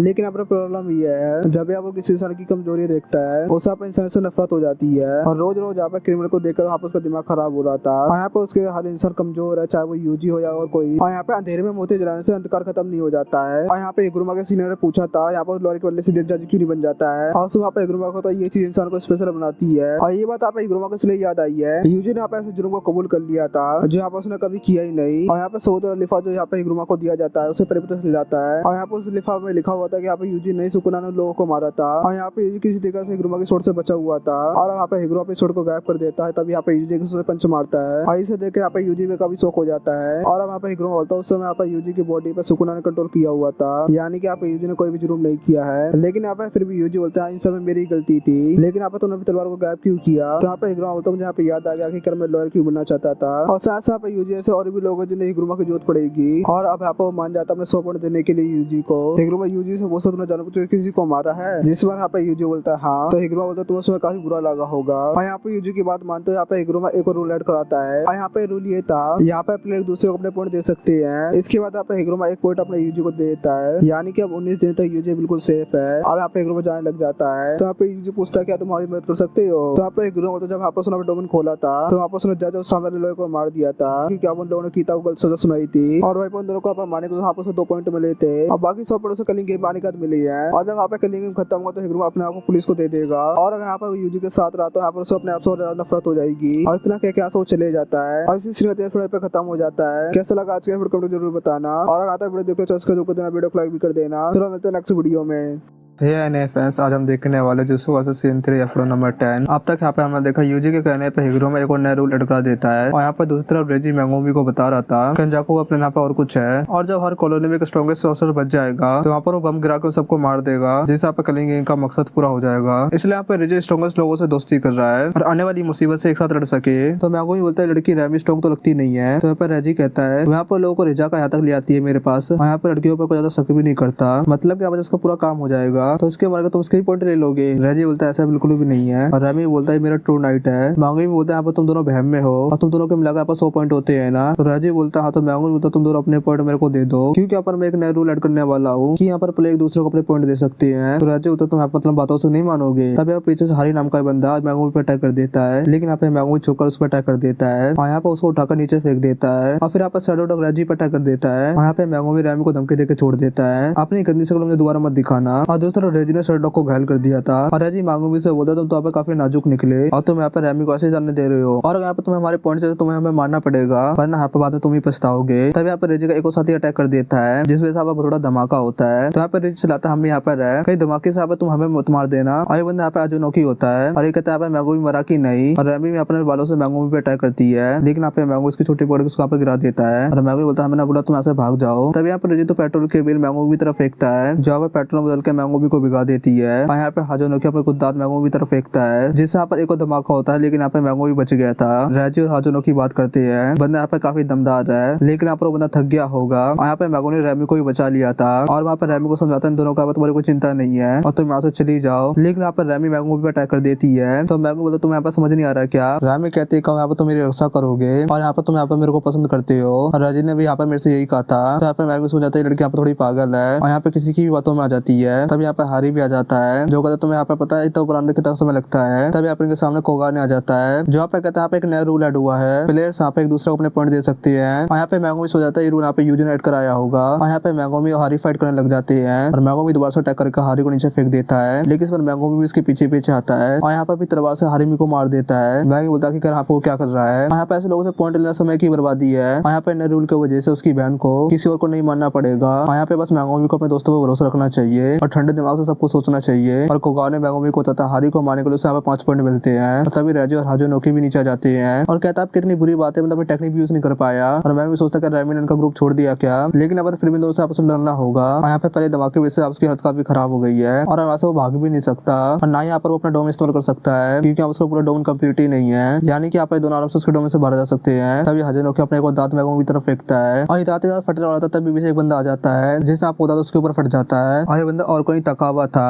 जो कहता एक के खिलाफ दो, तो बहुत बड़ी नाइंसाफी है। और यहाँ पे तो दूसरे लोगों को डरपोक कहा जाता है, जहाँ पे अकेले में किसी से फाइट नहीं कर सकते हैं और डरपोक को हटा के मेरे पे कभी भी असर नहीं करता। देखो यहाँ पर कुछ भी नहीं हुआ है, लेकिन यहाँ पर सबको साफ साफ दिख रहा था यहाँ पर उसकी काफी हालत खराब हो गई है और यहाँ पर उसको काफी चोटें भी आ गई है। इस बंदे को देख यहाँ पर मैगो भी काफी कंफ्यूज हो जाता है। यहाँ पर तकावा बोलता है यहाँ पर मैं तुम्हारी मदद करूंगा और मैं यहाँ पे लोगों की शक्ल देख के बता सकता हूँ यहाँ पर कौन अच्छा है कौन बुरा। और वहाँ पर मैगो भी तरफ देखता है और बोलता है तुम्हारी शक्ल पे तो यहाँ 12 बजे हुए हैं, लेकिन फिर भी यहाँ पर मैं तुम्हारी मदद करूंगा। और मैगो सोचता भी कि इस बंदे पे मैं भरोसा कर सकता हूँ क्योंकि आप उसने मेरे को बचाया है। और राजी और हाजुनुकन ने इस बंदे को फर्स्ट टाइम देखा था और वो पूछते तुम यहाँ पर किसकी तरफ हो। तो यहाँ पर तकावा लगता है बंदा पूछ रहा है क्या तुम यहाँ पर फनी हो कि नहीं। तकावा पता लग जाता है जहाँ पर उसने कॉस्ट्यूम पर रखी यहाँ पर एक सुपरमैन की है जिसने यहाँ पर उसको बहुत ज्यादा हंसाया था। यहाँ पर कॉस्ट्यूम को पहन कर उन लोगों को बुरा जोक नहीं सुनाएगा और यहाँ पर वो उनको जोक सुनाने लग जाता है जहाँ पर काफी बुरा होता है। और जो यहाँ पर अपनी मनपसंद लड़की को भी सुना सकती है और जो यहाँ पर यह है कि लड़की मेरे से दूर रहो क्योंकि मैं तुम्हें अपना वाईफाई नहीं बना सकता, लेकिन यहाँ पर जो किसी को वैसे नहीं आती है। और देख यहाँ पर तकावा काफी गुस्सा हो जाता है और वो तो उसके जोक पे कोई हंसा भी नहीं और वहाँ पे लोगों को चिढ़ने लग जाता है तुम लोगों का पता नहीं आता है क्या। और मैगो भी कुछ बंदों को देखकर टोडो की जाती है और यहाँ पर तकावा भागकर उनके तरफ जाता है और हाजुनोकी के मुंह पे जोरदार लात मारता है जिससे हाजुनोकी काफी दूर जाकर गिरता है। और रेजी सोचता है बंदे की अचानक से काफी ज्यादा बढ़ गई और ये बंदा यहाँ पे काफी ज्यादा स्ट्रॉन्ग है। और तकावा बोलता है यहाँ पे मेरे से बच के रहना और मैं यहाँ पे जितना हंसाता हूँ मैं उतना ही मारता भी हूँ। अब यहाँ पे मैगो भी रेजी पे टकने लग जाता है, लेकिन यहाँ पे रेजी बच जाता है और मैगो भी तकावा से बोलता है हम दोनों को लगो के छोड़ना चाहिए। और हाजुनोकी की टेक्निक वो अपने ऑर्गन से धमाके कर सकता है। और बात करते थे तकावा मैगोमी के पास आ गया था और मैगोमी यहाँ पे से थोड़ा दूर करता है और मैगोमी यहाँ पे कोकाने को बुला के कंफर्म करता है क्या ये नया रूल हिगुरुमा ने जोड़ा है ना, यानी कि आप अपना मिशन पूरा कर दिया। और मैगोमी बोलते जिस काम के लिए इस कॉलोनी में आए थे वो काम यहाँ पर हमारा पूरा हो गया है और यहाँ पर वो किसी से फाइट नहीं करना चाहता, लेकिन यहाँ पे रेजी नहीं मानता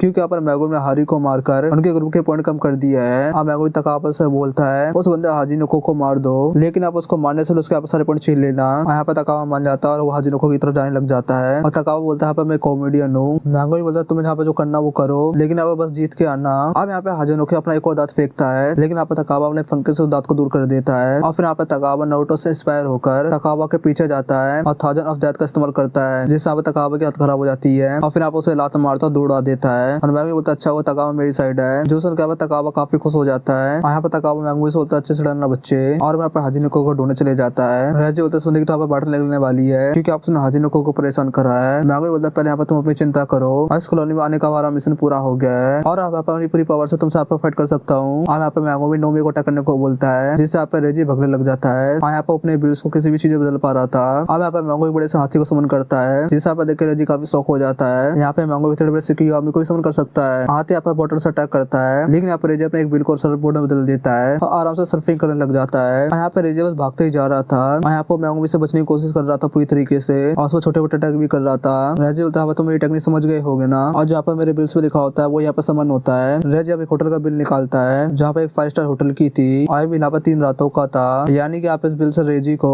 3 रातों का आराम मिल चुका है। लेकिन यहाँ पे मैगोमी काफी ज्यादा थका हुआ है और यहाँ पे उसने काफी सिकिगामी को समन कर लिया है। मैगोमी बोलता है सिकिगामी तो हमेशा इस्तेमाल करता है, दिक्कत तो बस यहाँ पे हाथी की है, उसको इस्तेमाल करने में काफी ज्यादा एनर्जी बर्बाद हो जाती है। और रेजी बोलता है आप तो सिकिगामी से नहीं बुला सकते और यहाँ पे हम दोनों के पास कोई स्पेशल अटैक नहीं है जिससे आप हम दोनों फाइट खत्म कर सके। मैगोमी बोलता है तुमने बिल्कुल सही कहा और अब यहाँ से मैं जा रहा हूँ। और इतना कहकर मैगोमी न्यू को समन करता है और यहाँ से उड़ जाता है और रेजी आप उसके पीछे 2 ड्रोन छोड़ देता है और यहाँ पे एक स्कूटर से उसका पीछा करने लग जाता है। और यहाँ पे वो फोन से ड्रोन की फुटेज देख रहा होता है और मैगोमी का पीछा करते करते रेजी जिम के पास आता है और सोचता है मैगोमी का यहाँ पे उसे फंसाने की कोशिश तो नहीं कर रहा। और जिम यहाँ पे काफी खाली जगह थी जैसा यहाँ पर मैगोमी ने सोचा था। रेजी बोलता है तुम यहाँ पे क्या प्लानिंग कर रहे हो। मैगोमी बोलता है यहाँ पे प्लानिंग तो तुम कर रहे हो। तब यहाँ पे 2 ट्रक दीवार तोड़ते हुए मैगोमी की तरफ आते हैं और तब यहाँ पे मैगोमी के सर पे काफी सारे गमले लग जाते हैं और यहाँ पे रेजी मैगोमी पे एक डंडे से टक्करने की कोशिश करता है, लेकिन यहाँ पे मैगोमी पे तलवार से उसको रोक लेता है। यहाँ पे रेजी अपने सारे बिल का इस्तेमाल करने लग जाता है और जितना भी यहाँ पे सामान होता है वो मैगोमी की तरफ फेंकने लग जाता है, जिस वजह से यहाँ पे मैगोमी की हालत काफी ज्यादा खराब होने लगती है। और रेजी तो उसके बनाए ऑब्जेक्ट है वो भी यहाँ पे सिकिगामी की तरह ही होते हैं जिन्हें यहाँ पर अपनी मर्जी से कमांड दे सकता है। रेजी यहाँ पे मैगोमी सोचता है अपने पॉइंट आप मुझे दे दो और यहाँ पे इसके लिए यहाँ पे मैं तुम्हें आसान मौत दूंगा। मैगोमी बोलता है बैरे टेक्निक यहाँ पे काफी मुश्किल है, लेकिन यहाँ पे जिम को बैरे की तरह इस्तेमाल करेगा। डोमेन एक्सपीरियंस चिवेरा शैडो गार्डन ये सब देखा पर रेजी काफी शौक हो जाता है। उसे यहाँ पर लगाता मैगोमी कोई छोटा मोटा सोर्सर होगा। मैगोमी बोलता है मैंने यहाँ पे कभी नहीं कहा, मेरे पे कोई स्पेशल अटैक नहीं है। और ये एपिसोड इसी तरह पे खत्म हो जाता है। कैसा लगा आज का एपिसोड कमेंट करके जरूर बताना और अगर वीडियो देखो वीडियो को लाइक भी कर देना। चलो मिलता है नेक्स्ट वीडियो में। फैन आज हम देखने वाले जुत्सुकासे सीजन 3 एपिसोड नंबर 11। अब तक हमने देखा मैगोमी अपना डोमेन ओपन कर देता है और यहाँ पर डोमेन के गारंटेड हिट से बचने के लिए और राजी यहाँ पर अपना को चाहने के लिए होलो नाम की एक टेक्निक का इस्तेमाल करता है और ये टेक्निक किसी भी डोमेन की गारंटेड हिट को खत्म कर देती है, जिस वजह से यहाँ पर रेजी पर डोमेन का असर नहीं होगा। लेकिन यहाँ पर रेजी नोटिस करता है उसका यहाँ पे एक पैर पकड़ लिया है और फिर यहाँ पे मैगोमी रेजी को पहले लग जाता है और रेजी को समझ नहीं आता कि कर उसके साथ हो क्या रहा है। और यहाँ पर रेजी ने जो टेक्निक इस्तेमाल करी थी होलो बास्केट किसी डोमेन की टेक्निक को टारगेट नहीं करता है, असल में यहाँ पे डोमेन के बैरियर को टारगेट करता है, जिस वजह से उनको डोमेन के अंदर गारंटेड हिट नहीं लगता। लेकिन यहाँ पे असल में मैगोमी का डोमेन पूरा कंप्लीट हुआ ही नहीं है और ना इसके डोमेन में गारंटेड हिट इफेक्ट है। और बस यहाँ पर मैगोमी का डोमेन ओपन करने से उसको बस यहाँ पर पावर बूस्ट मिला, जिससे यहाँ पर वो अपने ट्रांसफर टेक्निक को अच्छे से इस्तेमाल कर सके। और अब यहाँ पर मैगोमी अपने डोमेन में पहले ज्यादा ताकतवर हो चुका है और यहाँ पे मैगोमी अपने डोमेन में कहीं भी टेलीपोर्ट हो सकता है और जितने बड़ी सिक्की का भी समन कर सकता है और रेजी भी जल्दी समझ जाता है। लेकिन फिर भी यहाँ पे मैगोमी से अच्छे से पेलता है और रेजी सोचता है इस डोमेन की वजह से मैगोमी की और ज्यादा ताकत बढ़ चुकी है और इससे तो गारंटेड हिट वाला डोमेन ओपन कर देता और यहाँ पर उसने हाथी को समन कर दिया तो यहाँ पर मेरा खेल खत्म हो जाएगा। अब मैगोमी 3 लोगों को समन करता है, लेकिन यहाँ पे रेजी 3 कारों को समन कर देता है, उनको ऊपर पटक देता है और यहाँ पर वो कार्स भी रेजी के डोमेन में डूबने लगती है और रेजी बोलता है मेरे को पता था जो मेरे पैर को नीचे शैडो है और मैं तो बस अपने आप को कर्स एनर्जी की वजह से बचा पा रहा हूँ और इस डोमेन के अंदर मैगोमी कुछ भी रख सकता है। लेकिन यहाँ पे रेजी को एक बात खाई जा रही थी, आखिरकार यहाँ पे मैगोमी ने बहुत सारे हथियारों को क्यों नहीं रखा और यहाँ पे बस मैगोमी ने अपनी शैडो के अंदर से एक ही कर्स टूल को निकाला था और यहाँ पे रेजी समझ गया था जो भी यहाँ पे मैगोमी अपनी शैडो के अंदर रखता है उसका वजन यहाँ पे मैगोमी के ऊपर आ जाता है, इसलिए यहाँ पे रेजी ने मैगोमी के डोमेन के अंदर 3 कार गिरा दी है और इन कार का वजन लगभग 3 टन होगा और इस वजन की वजह से मैगोमी के ऊपर फोर्स पड़ रहा था और एक ही जगह पर बैठ गया था। अब रेजी कहता है यहाँ पर अपने बिल्स की मदद से यहाँ पर सामान गिराता रहेगा और मैगोमी को उनके वजन के दबाव से मार देगा। मैगोमी बोलता है कि यहाँ पे तुम कुछ भूल रहे हो, एक अधूरा डोमेन भी एक डोमेन ही होता है, यानी कि यहाँ पर मैगोमी नीचे से नहीं ऊपर से ही समन कर सकता है। अब यहाँ पे मैगोमी रेजी के ऊपर हाथी को समन कर देता है, जिस वजह से रेजी भी यहाँ पे दबने लगता है और मैगोमी बोलता है चलो देखते हैं सबसे पहले कौन मारा जाता है वजन के दबाव की वजह से। और यहाँ पे रेजी के ऊपर हाथी की गिरने की वजह से उसके पैर में यहाँ पर फ्रैक्चर आ गया है और दोनों यहाँ पे बहुत ज्यादा वजन झेल रहे थे और यहाँ पे रेजी कहता है यहाँ पे मैंने गलती कर दी, अगर यहाँ पे मैं ट्रक वाले बिल संभाल कर रखता तो उनकी वजह से यहाँ पर मैगोमी वैसे ही मारा जाता। और यहाँ पे मैगोमी ने रेजी को पानी भी गिरा दिया है, जिस वजह से आप उसके कुछ बिल भी खराब हो गए हैं। लेकिन रेजी बोलता अभी भी यहाँ पर मेरे पे एक मौका है, मैं यहाँ पर इसकी सड़कों के अंदर छुप जाता हूँ और मैं यहाँ पर अपने लास्ट ट्रम्प कार्ड को बाहर निकालता हूँ। लेकिन यहाँ पर रेजी ये भी सोचता है आखिर यहाँ पे मैगोमी अपना डोमेन खत्म क्यों नहीं कर रहा, यानी कि यहाँ पर डोमेन खत्म होने के बाद भी ये सारी चीजें उसके शैडो के अंदर ही रहेंगी और अगर यहाँ पर रेजी उसके शैडो के अंदर चले गया तो यहाँ पर वो हमेशा के लिए फंस जाएगा और ये भी नहीं पता अंदर वो सांस ले पाएगा कि नहीं। लेकिन इसके अंदर जाना काफी रिस्क का काम है, इसलिए पर रेजी कहता अपना वो लास्ट ट्रम्प कार्ड यहीं पे निकालेगा और यहाँ पर रेजी खास हाथी को उठाता दूसरा से आप बिल को निकालता है और यहाँ पर उस पर्चे को इस्तेमाल करने से पहले ही उस हाथी की वजह रेजी संभाल नहीं पाता है और हाथी की वजह से यहाँ पर शैडो के अंदर गिरता है और रेजी यहाँ पर अंधेरे के अंदर गिरता ही जा रहा था और उसे यहाँ पर सांस भी नहीं आ रही थी, जिस वजह से यहाँ पर बेहोश होने लगता है। दूसरी तरफ यहाँ पर मैगोमी की हालत भी खराब हो रही थी और एक बार यहाँ पर उसे कंफर्म हो जाकर रेजी मर गया था, यहाँ पर अपना डोमेन खत्म कर देगा और यहाँ पर उसकी सड़क जितना भी सामान पड़ा उसको उठा के बाहर फेंक देगा और अचानक से यहाँ पर उसकी सड़कों से कार भरा जाती है तो साथ में रेजी को भी बाहर ले आई थी और रेजी का जिस चीज को यहाँ पर वो समन करता है वो कमांड पूरा गायब हो जाती है। लेकिन यहाँ पर उसने तीनों कारों को कमांड दिया नहीं था और बस यहाँ पर उसने कारों को बदन की तरह इस्तेमाल करा था, इसका मतलब यहाँ पर इन कारों को कमांड दे सकता है, इसलिए यहाँ पर रेजी ने एक कार को कमांड दे के अपने साथ यहाँ पर मेरे को भी ऊपर ले चलो और इस वजह से यहाँ पर मैगोमी के ऊपर से एक कार का वजन कम हो गया है। रेजी यहाँ पे मैगोमी से बोलता है तुम यहाँ पे काफी स्ट्रॉन्ग हो, लेकिन यहाँ पे मैं तुमसे ज्यादा स्ट्रॉन्ग हूँ, इतना कहकर यहाँ पर ऊपर लास्ट हुक्म का एक बाहर निकालता है और यहाँ पे 2 मंजिला घर समन हो जाता है और इसके वजन की वजह से मैगोमी यहाँ पे सच में मारा जाएगा। तब यहाँ पे मैगोमी अपनी सड़ों में छुपकर डोमेन को खत्म कर देता है, जिस वजह से यहाँ पर फ्लोर टूट जाता है और जाकर ये लोग स्विमिंग पूल में गिरते हैं और यहाँ पे मैगोमी पीछे से जाकर रेजी को पकड़ लेता है गले से और अभी भी यहाँ पर मैगोमी की सड़ों में 2 कार का वजन है, जिस वजह से यहाँ पर रेजी मैगोमी के साथ डूब रहा था और यहाँ पर रेजी कार को कैंसिल कर देता है और यहाँ पर मैगोमी से बचकर बाहर आ जाता है और अब यहाँ पे मैगोमी रेजी से बोलता है अब यहाँ पे तुम्हारे सारे बिल खराब हो गए पानी डूबने की वजह से। तो रेजी बोलता क्या हो लेकिन तुम भी तो यहाँ पर घायल हो और यहाँ पे तुम सिक्की काम भी समझ नहीं कर सकते और मुझे बस खतरा तुम्हारे शैडो डॉग से है, उसके अलावा तुम्हारा कोई भी सिक्की काम मुझे नहीं मार सकता। और अब ये दोनों यहाँ पर फाइट करने लग जाते हैं और फाइट के बीच यहाँ पे मैगोमी शैडो डॉग को समन करता है और यहाँ पे शैडो डॉग रेजी के कंधे पे काट लेता है और यहाँ पे रेजी फाइट हार जाता है और मैगोमी बोलता डिमांड होगी तक कमजोर नहीं कि मैं उसे दोबारा समन ना कर सकूं और रेजी कहता सॉर्सर हमेशा झूठ पर जिंदा रहती है और रेजी यहाँ पे समझ गया था मैगोमी यहाँ पे जिम ऐसी नहीं आया था, असल में यहाँ पे मैगोमी ने पूरी तरीके से प्लानिंग करी थी और रेजी को यहाँ पे लगा नहीं था कि वो नए जमाने के सॉर्सर से हार जाएगा। मैगोमी बोलता अगर मैं भागना भी चाहता तब यहाँ पे भाग नहीं पाता क्योंकि यहाँ पर नो मुझे ज्यादा दूर तक नहीं ले जा सकता। मैगोमी बोलता तुम्हारा टैंगन से क्या कनेक्शन है, यहाँ पर रेजी टैंगन के अलावा ज्यादा कुछ तो नहीं जानता, लेकिन यहाँ पर रेजी ने कहा केंजाको प्लान और कुछ है और हो सकता है केंजाको टैंगन और कुछ ही प्लान बना रही हो, लेकिन यहाँ पर इसके चांसेस काफी तक कम है। अब यहाँ पे रेजी कोगानी को बुलाता है और अपने सारे पॉइंट यहाँ पर मैगोमी को दे देता है, जिससे 41 पॉइंट यहाँ पर मैगोमी के पास आ जाते हैं। मैगोमी कुछ तहकीकात तुमने ये क्यों किया? तो रेजी कहता है मैं मरने से पहले कुछ अच्छा करना चाहता था। अब ऐसे यहाँ पर मेरा कंजाकू से कोई भी मतलब नहीं है और ये पॉइंट यहाँ पर तुम्हें देने के साथ इस गेम में और ज्यादा मजा आएगा। और यहाँ पर तुमने मेरे को मारा है और देखते हैं आगे तुम्हारे साथ क्या क्या होता है। और कुछ देर बाद यहाँ पर रेजी मर जाता है और यहाँ पर रेजी के 5 पॉइंट यहाँ पर मैंगोमी को मिल जाते हैं। दूसरी तरफ हम टकावा को देखते हैं जो मजे से यहाँ पर चाय पी रहा था। तब यहाँ पर वो जिस बिल्डिंग में होता है उस बिल्डिंग में यहाँ पर धमाका होता है जो यहाँ पर हाजिनोकी ने करा था और वो सोचता है टकावा को कुछ ना कुछ जरूर हुआ होगा। लेकिन यहाँ पर टकावा दूसरे बिल्डिंग की खिड़की से निकलता है और बोलता है मेरे को कुछ भी नहीं हुआ और तुम यहाँ पर हार मत मारना। और ये सब देखकर यहाँ पे हाजिनोकी और गुस्सा हो जाता है क्योंकि आप लोग काफी समय से टकावा को मारने की कोशिश कर रहा था लेकिन आप से कुछ भी नहीं हो रहा है। तब यहाँ पर कोगन इनके सामने आता और बताता है रेजियो को यहाँ पर एलिमिनेट कर दिया गया है। एक और सुनकर यहाँ से हाजिनोकी जाने लगता है और बोलता है उसका फाइट करने का मन नहीं है और टकावा बोलता ठीक है दोस्त। और तभी यहाँ पर मैंगोमी की बात याद आती है और वह हाजिनोकी से बोलता जाने से पहले आप अपने पन मेरे को तो दे दो और हाजिनोकी साफ मना कर देता है। दूसरी तरफ हम रेमी को देखते जो भाग रही होती है और उस समय से बताया गया था जो मर्द होते हैं वो यहाँ पर भेड़िया होते हैं और यहाँ पर उसकी मदद भी एक बर्तन ने करी है और सारे काम यहाँ पे भेड़िया ही करते हैं। तब यहाँ पे मैंगोमी इसके सामने आ जाता है और यहाँ पे मैंगोमी रेमी को खत्म करने आया था लेकिन तब यहाँ पे मैंगोमी को अपनी बहन की आवाज सुनाई देती है जो कहती है ऐसा मत करो जिस वजह से यहाँ पे मैंगोमी चले जाता है। लेकिन यहाँ पे थोड़ी दूर चलने के बाद यहाँ पे मैंगोमी बेहोश हो जाता है और तब यहाँ पे उसके ऊपर एंजल को देखते हैं जो यहाँ पे हाना कुरुसु है और यहाँ पे वही सोर्सर है जहाँ पर गोजो को आजाद करा सकती है। अब हमें सेंटाई कॉलोनी दिखाई जाती है जहाँ पर बाकी कॉलोनी के मुकाबले काफी ज्यादा फाइट हुई है और इस कॉलोनी के 4 स्ट्रॉन्गेस्ट सोर्सर थे। पहला था ध्रुव लकड़ा वाला और इसके पास अभी यहाँ पर 91 पॉइंट है। दूसरा है रयू इशिगोरी इसके पास अभी 77 पॉइंट है। तीसरी यहाँ पर तकारा ओरो इसके पास यहाँ पर 70 पॉइंट है और लास्ट में है कुरु रोसी और इसके पास 54 पॉइंट है। और यहाँ पे कॉकरोच कर्स स्पीड है जिस यहाँ पे कंजाकू ने रिलीज करा है और यहाँ पे इन चारों की पावर बराबर है जिस वजह से यहाँ पे चारों से कोई भी आपस में जीत नहीं पा रहा था और ना यहाँ पर कोई हार रहा था। लेकिन फिर यहाँ पर कॉलोनी के अंदर एंटर होती है यूटा की जो एंटर होते हैं यहाँ पर ध्रुव लकड़ा वालों को मार देता है और यूटा के पास यहाँ पर 35 पॉइंट है। और यहाँ पे यूटा नाइट पे हट के 3 महीने बाद ही स्पेशल गेट का सोर्सर बन गया था। और अगर यहाँ पे यूटा से कोई ताकतवर है वो यहाँ पर गोजो सातरो। और इसी सीन पे खत्म हो जाता है। कैसा लगा आज का कमेंट को जरूर बताना और अगर वीडियो देखो चर्च का जो वीडियो को लाइक भी कर देना। चलो मिलते हैं नेक्स्ट वीडियो में।